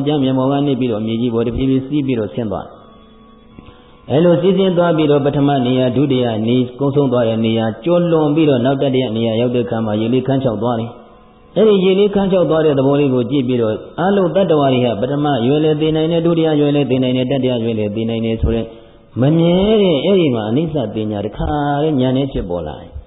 အဲဒီအချိန်ကာလမှာဘုရားရှင်ကိုရောမြတ်ကြီးဟာကဏ္ဍကုရီတိုက်တော်တွင်ကနေပြီးတော့ရောင်ကြီးတော်များနဲ့လွတ်ပြီးတော့သူ့ရဲ့ဇင်းညာဥမာဘုရားရှင်ကိုရောမြတ်ကြီးကြွရောက်တော်မူနေတဲ့ပုံစံမျိုးနဲ့ရောက်ပြီးတဲ့အခါကျတော့ဘုရားရှင်ကိုရောမြတ်ကြီးကယောဇဝတ္တကတံဇီဝေအပတ္တံဥဒေယဗယံဧကံဟံဇီဝိတံတေယောပတ္တတောဥဒေယဗယံခြေသမီးတဲ့အသက်ရာကျော်ရှိရှိနေရပေမဲ့လူလေးပဲဒီယုတ်ဒီနာရဲ့ဖြစ်ဖြစ်ဒီမမြဲတဲ့သဘောတရားတွေကိုမှမမြင်ရလို့ရှိရင်တဲ့အဲ့ဒီပုဂ္ဂိုလ်ဟာအသက်ရာကျော်ရှိရပေမဲ့လူလေးပဲလူဘဝမှာလူဖြစ်ရကြမနှပ်ဘူးခြေသမီးရဲ့တကယ်လို့မိမိမှာတနေ့တည်းတမနဲ့ပင်လူဘဝမှာနေရစေကားမှုတဲ့ယုံနာရဲ့ဖြစ်ဖြစ်သဘောကိုသိချဉာဏ်နဲ့ဒိဋ္ဌိအနေအချင်းကိုယ်တိုင်သိလျက်မြင်လျက်လို့ရှိရင်နဲ့တရက်တနေ့တည်းတမနဲ့ပင်နေရစေကားမှုလူဘဝမှာလူဖြစ်ရကြနှပ်တဲ့ခြေသမီးလို့ဒီလိုအပိတိုက်တွန်းတဲ့တရားစကားလေးဟောကြားလိုက်တယ်အဲဒီမှာခန္ဓာဉာဏ်နာကနေပြီးတော့မြတ်စွာဘုရားရှင်ကိုရောမြတ်ကြီးဟောကြားတဲ့တရားတော်ကိုနာကြားဉာဏ်ကနေပြီးတော့ခန္ဓာမှာရှုပွားအထုတ်နေလိုက်တဲ့အခါဘုရားရှင်ကိုရောမြတ်ကြီးတရားဒေသနာတော်ဆုံးသွားတယ်ဆိုရင်ပဲဝိပဿနာဉာဏ်နဲ့မဉာဏ်နဲ့အချင်းချင်းတက်ပြီးတော့အဲဒီမှာကိလေသာအာသောကုန်ခံပြီးတော့ယဟန္တာထေရီမာကြီးဖြစ်တော်မူတယ်ဒီယဟန္တာထေရီမာကြီးဖြစ်တော်မူသွားခြင်းဟာဘုန်းကြီးတို့ယောဂီများတတိလွတ်နေလို့လားမလွတ်ပဲရှုနေလို့လားကဲဒီတော့တတိမလွတ်လို့ရှိရင်တရားသိဉာဏ်တို့တွေမရနိုင်ပေဘူးလားတတိလွတ်နေတဲ့ပုဂ္ဂိုလ်များတရားရနိုင်ပါမလားဒါကြောင့်ဥပါထိတတာယဓမ္မောနာယဓမ္မောမုဋ္ဌတတိတအယံဓမ္မောဤလောကုတ္တရာတရားကိုးပါးသည်ဥပါထိတတာထင်သောတတိရှိသောပုဂ္ဂိုလ်အားဥပါထိတမလွတ်အောင်ရှုမှတ်နိုင်သောတတိရှိသောပုဂ္ဂိုလ်အားဓမ္မောရတိုက်သောတရားတို့ပါပြီတကားအယံဤလောကုတ္တရာတရားကိုးပါးသည်မုဋ္ဌတတိတာရှုမှတ်မှုတတိလွတ်နေသောပုဂ္ဂိုလ်အားနာဓမ္မောရတိုက်သောတရားမဟုတ်ပါပြီတကားလောကုတ္တရာတရားကိုးပါးဖြစ်တဲ့မေချမ်းသာပူချမ်းသာနိဗ္ဗာန်ချမ်းသာဆိုတာတတိလွတ်နေတဲ့ပုဂ္ဂိုလ်ကြီးရနိုင်ပါမလားအဲ့တော့တတိမလွတ်တဲ့ပုဂ္ဂိုလ်တွေသာဒီတရားတွေရတိုက်တဲ့တရားတွေမဟုတ်ပေဘူးလားဗျာကဲဒါလေးကိုဘုန်းကြီးတို့တစ်ခေါက်လောက်ဆိုမယ်ဆိုပြီးရင်ဘုန်းကြီးတို့ဒီခါလေးတရားလေးတွေသိညာရအောင်နော်မဖို့တရားရညာဖို့ရာသူငါအများကြိုးစားကြရှာတတိလောကမရနိုင်ပါမလွန်မှားရကြလွန်လွယ်ကူစွာတတိမလွတ်မှပဲဒီတရားဓုတွေရမယ်မေချမ်းသာဖို့ချမ်းသာနိဗ္ဗာန်ချမ်းသာဆိုတဲ့တရားဓုတွေရမယ်တတိလွတ်တဲ့ပုဂ္ဂိုလ်ရနိုင်ပါမလားကဲဒီတော့တတိတရားဟာဘုန်းကြီးတို့ယောဂီများအတွက်မိခိုတိုက်တဲ့တရားလားမမိခိုတိုက်တဲ့တရားလားဆိုလိုက်ဖြစ်တိုင်းမှတ်ရှုတတိပြုမှတ်မှုမိခိုရာဖြစ်တိုင်းမှတ်ရှုတတိပြုမှတ်မှုမိခိုရာ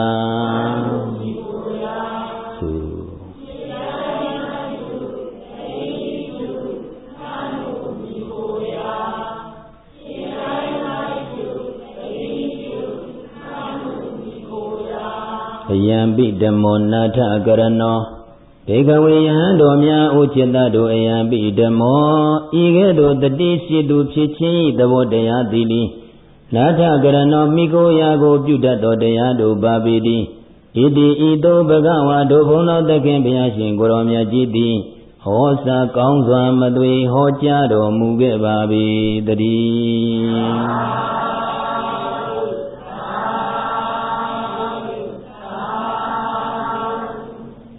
ဣမယသုကြ